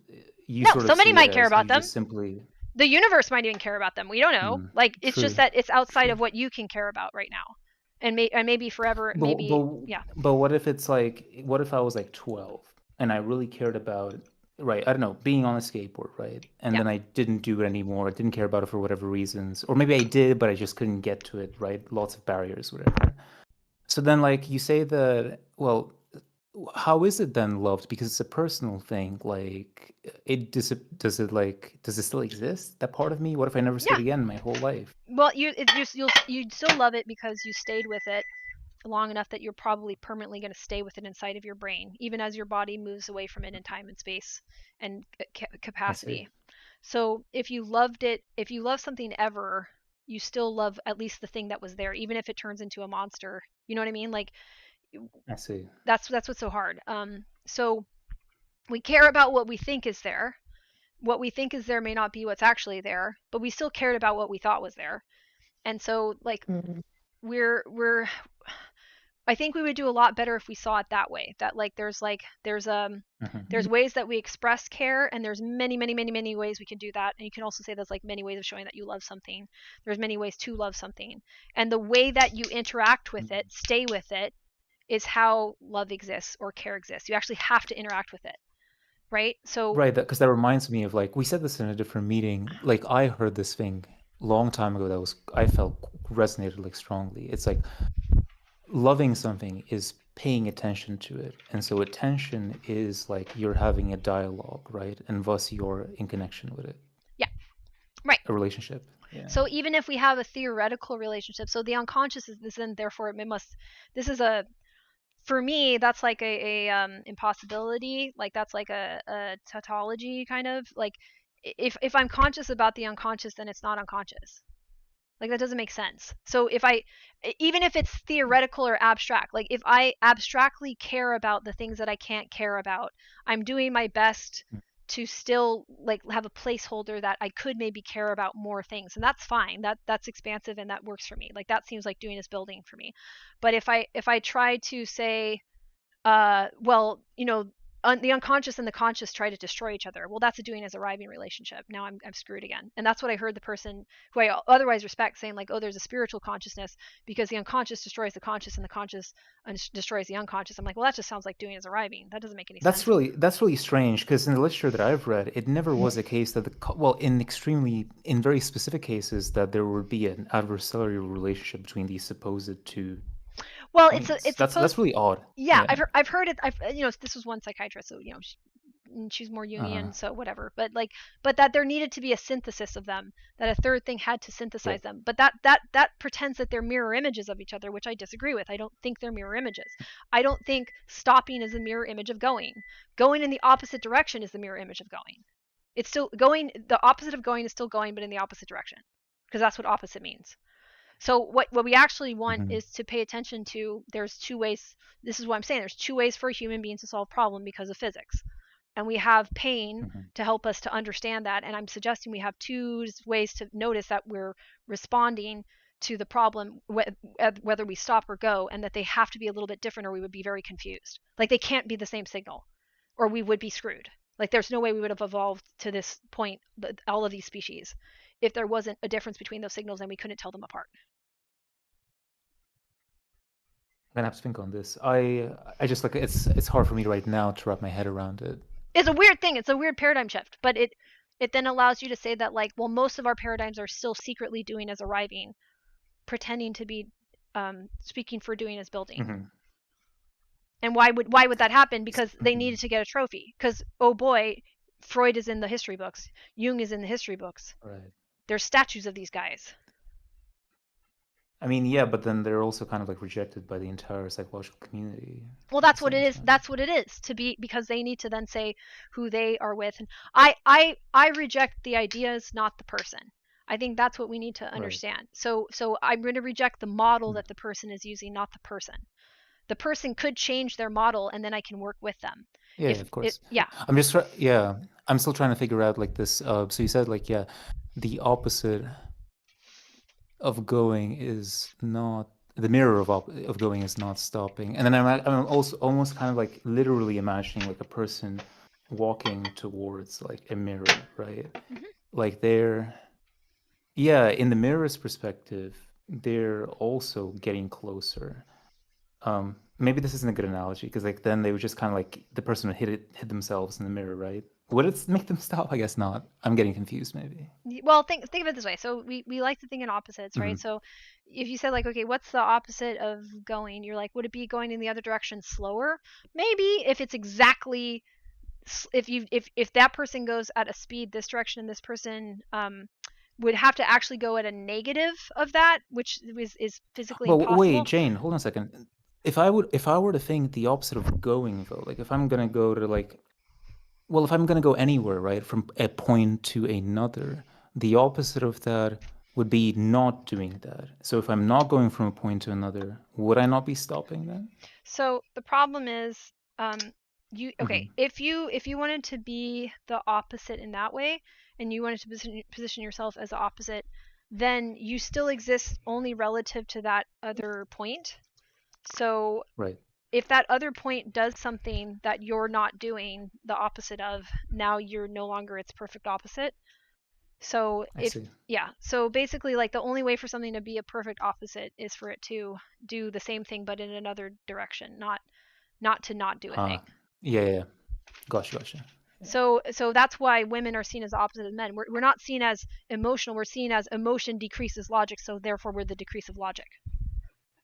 Okay.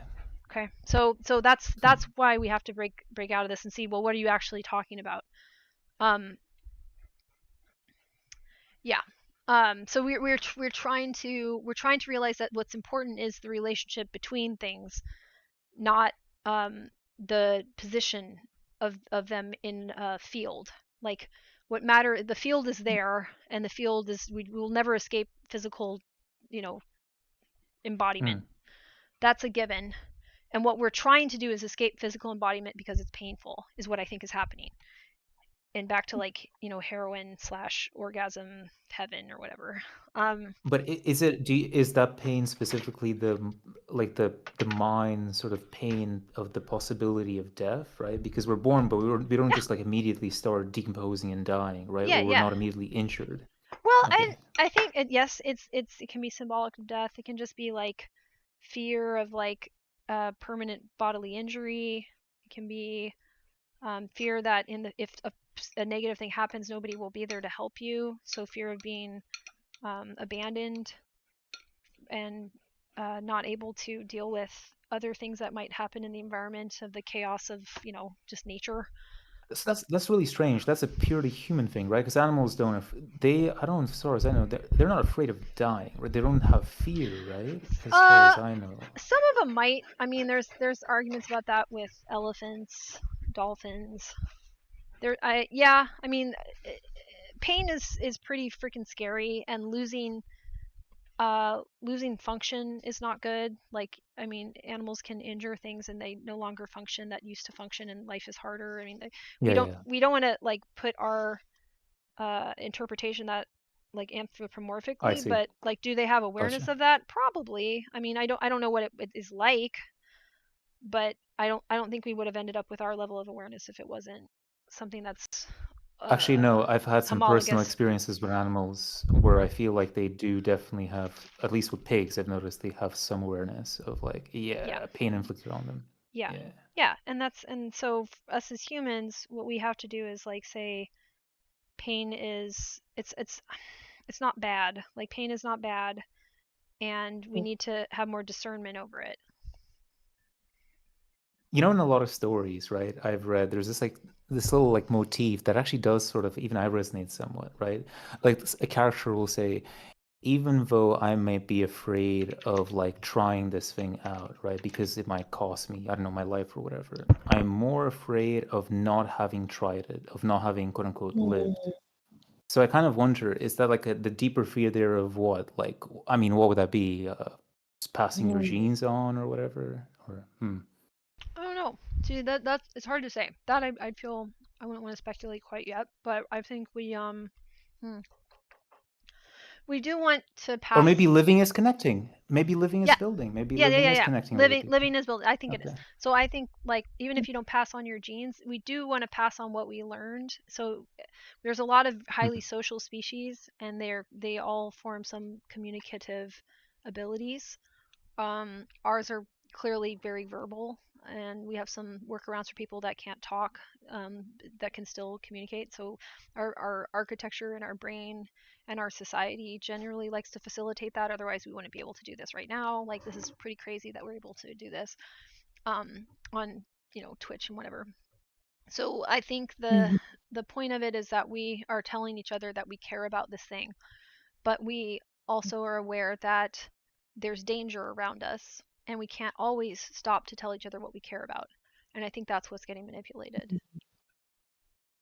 It's actually really tied back to what you said before. So the idea then, I wonder, the idea of want, of what we want to do, is that like, do we want to share? This reminds me of a quote from like a novel. Like, we desperately want to share the things that inspire us. So what does that mean? Does that mean like, if I really care about something, I want it mirrored? Maybe I want other people to see how much I care about that thing, how much I love something, Yeah. or maybe I want to give it to them in some way. Who knows? If you want to share what you like, I think that can be satisfied. Like, because then potentially they will also like it, and then that thing will be taken care of. Yeah, true. True. I guess technically like families, right? Like a child in some ways goes, raising a child works by that logic, I suppose, right? Yeah, hopefully, Yeah. ideally. Well, in theory. Yeah. Okay, it's 3:24. I'm gonna take a break because of my voice anyway. So I'm gonna cut the stream off. I'm gonna pop out because I need to eat some food. You're welcome to stay or to come over and chat if anyone wants to over in the HChat. It's gonna be off air. Thanks for coming, everyone. And next week I wanted to do the asking people that came up Oh yeah, during for the help or conversation. things. Yeah, yeah. Yeah. So we're working on that. Bye bye, guys. Okay. Bye. This is Bye. really good. Thanks, you. I mean, I'm still here.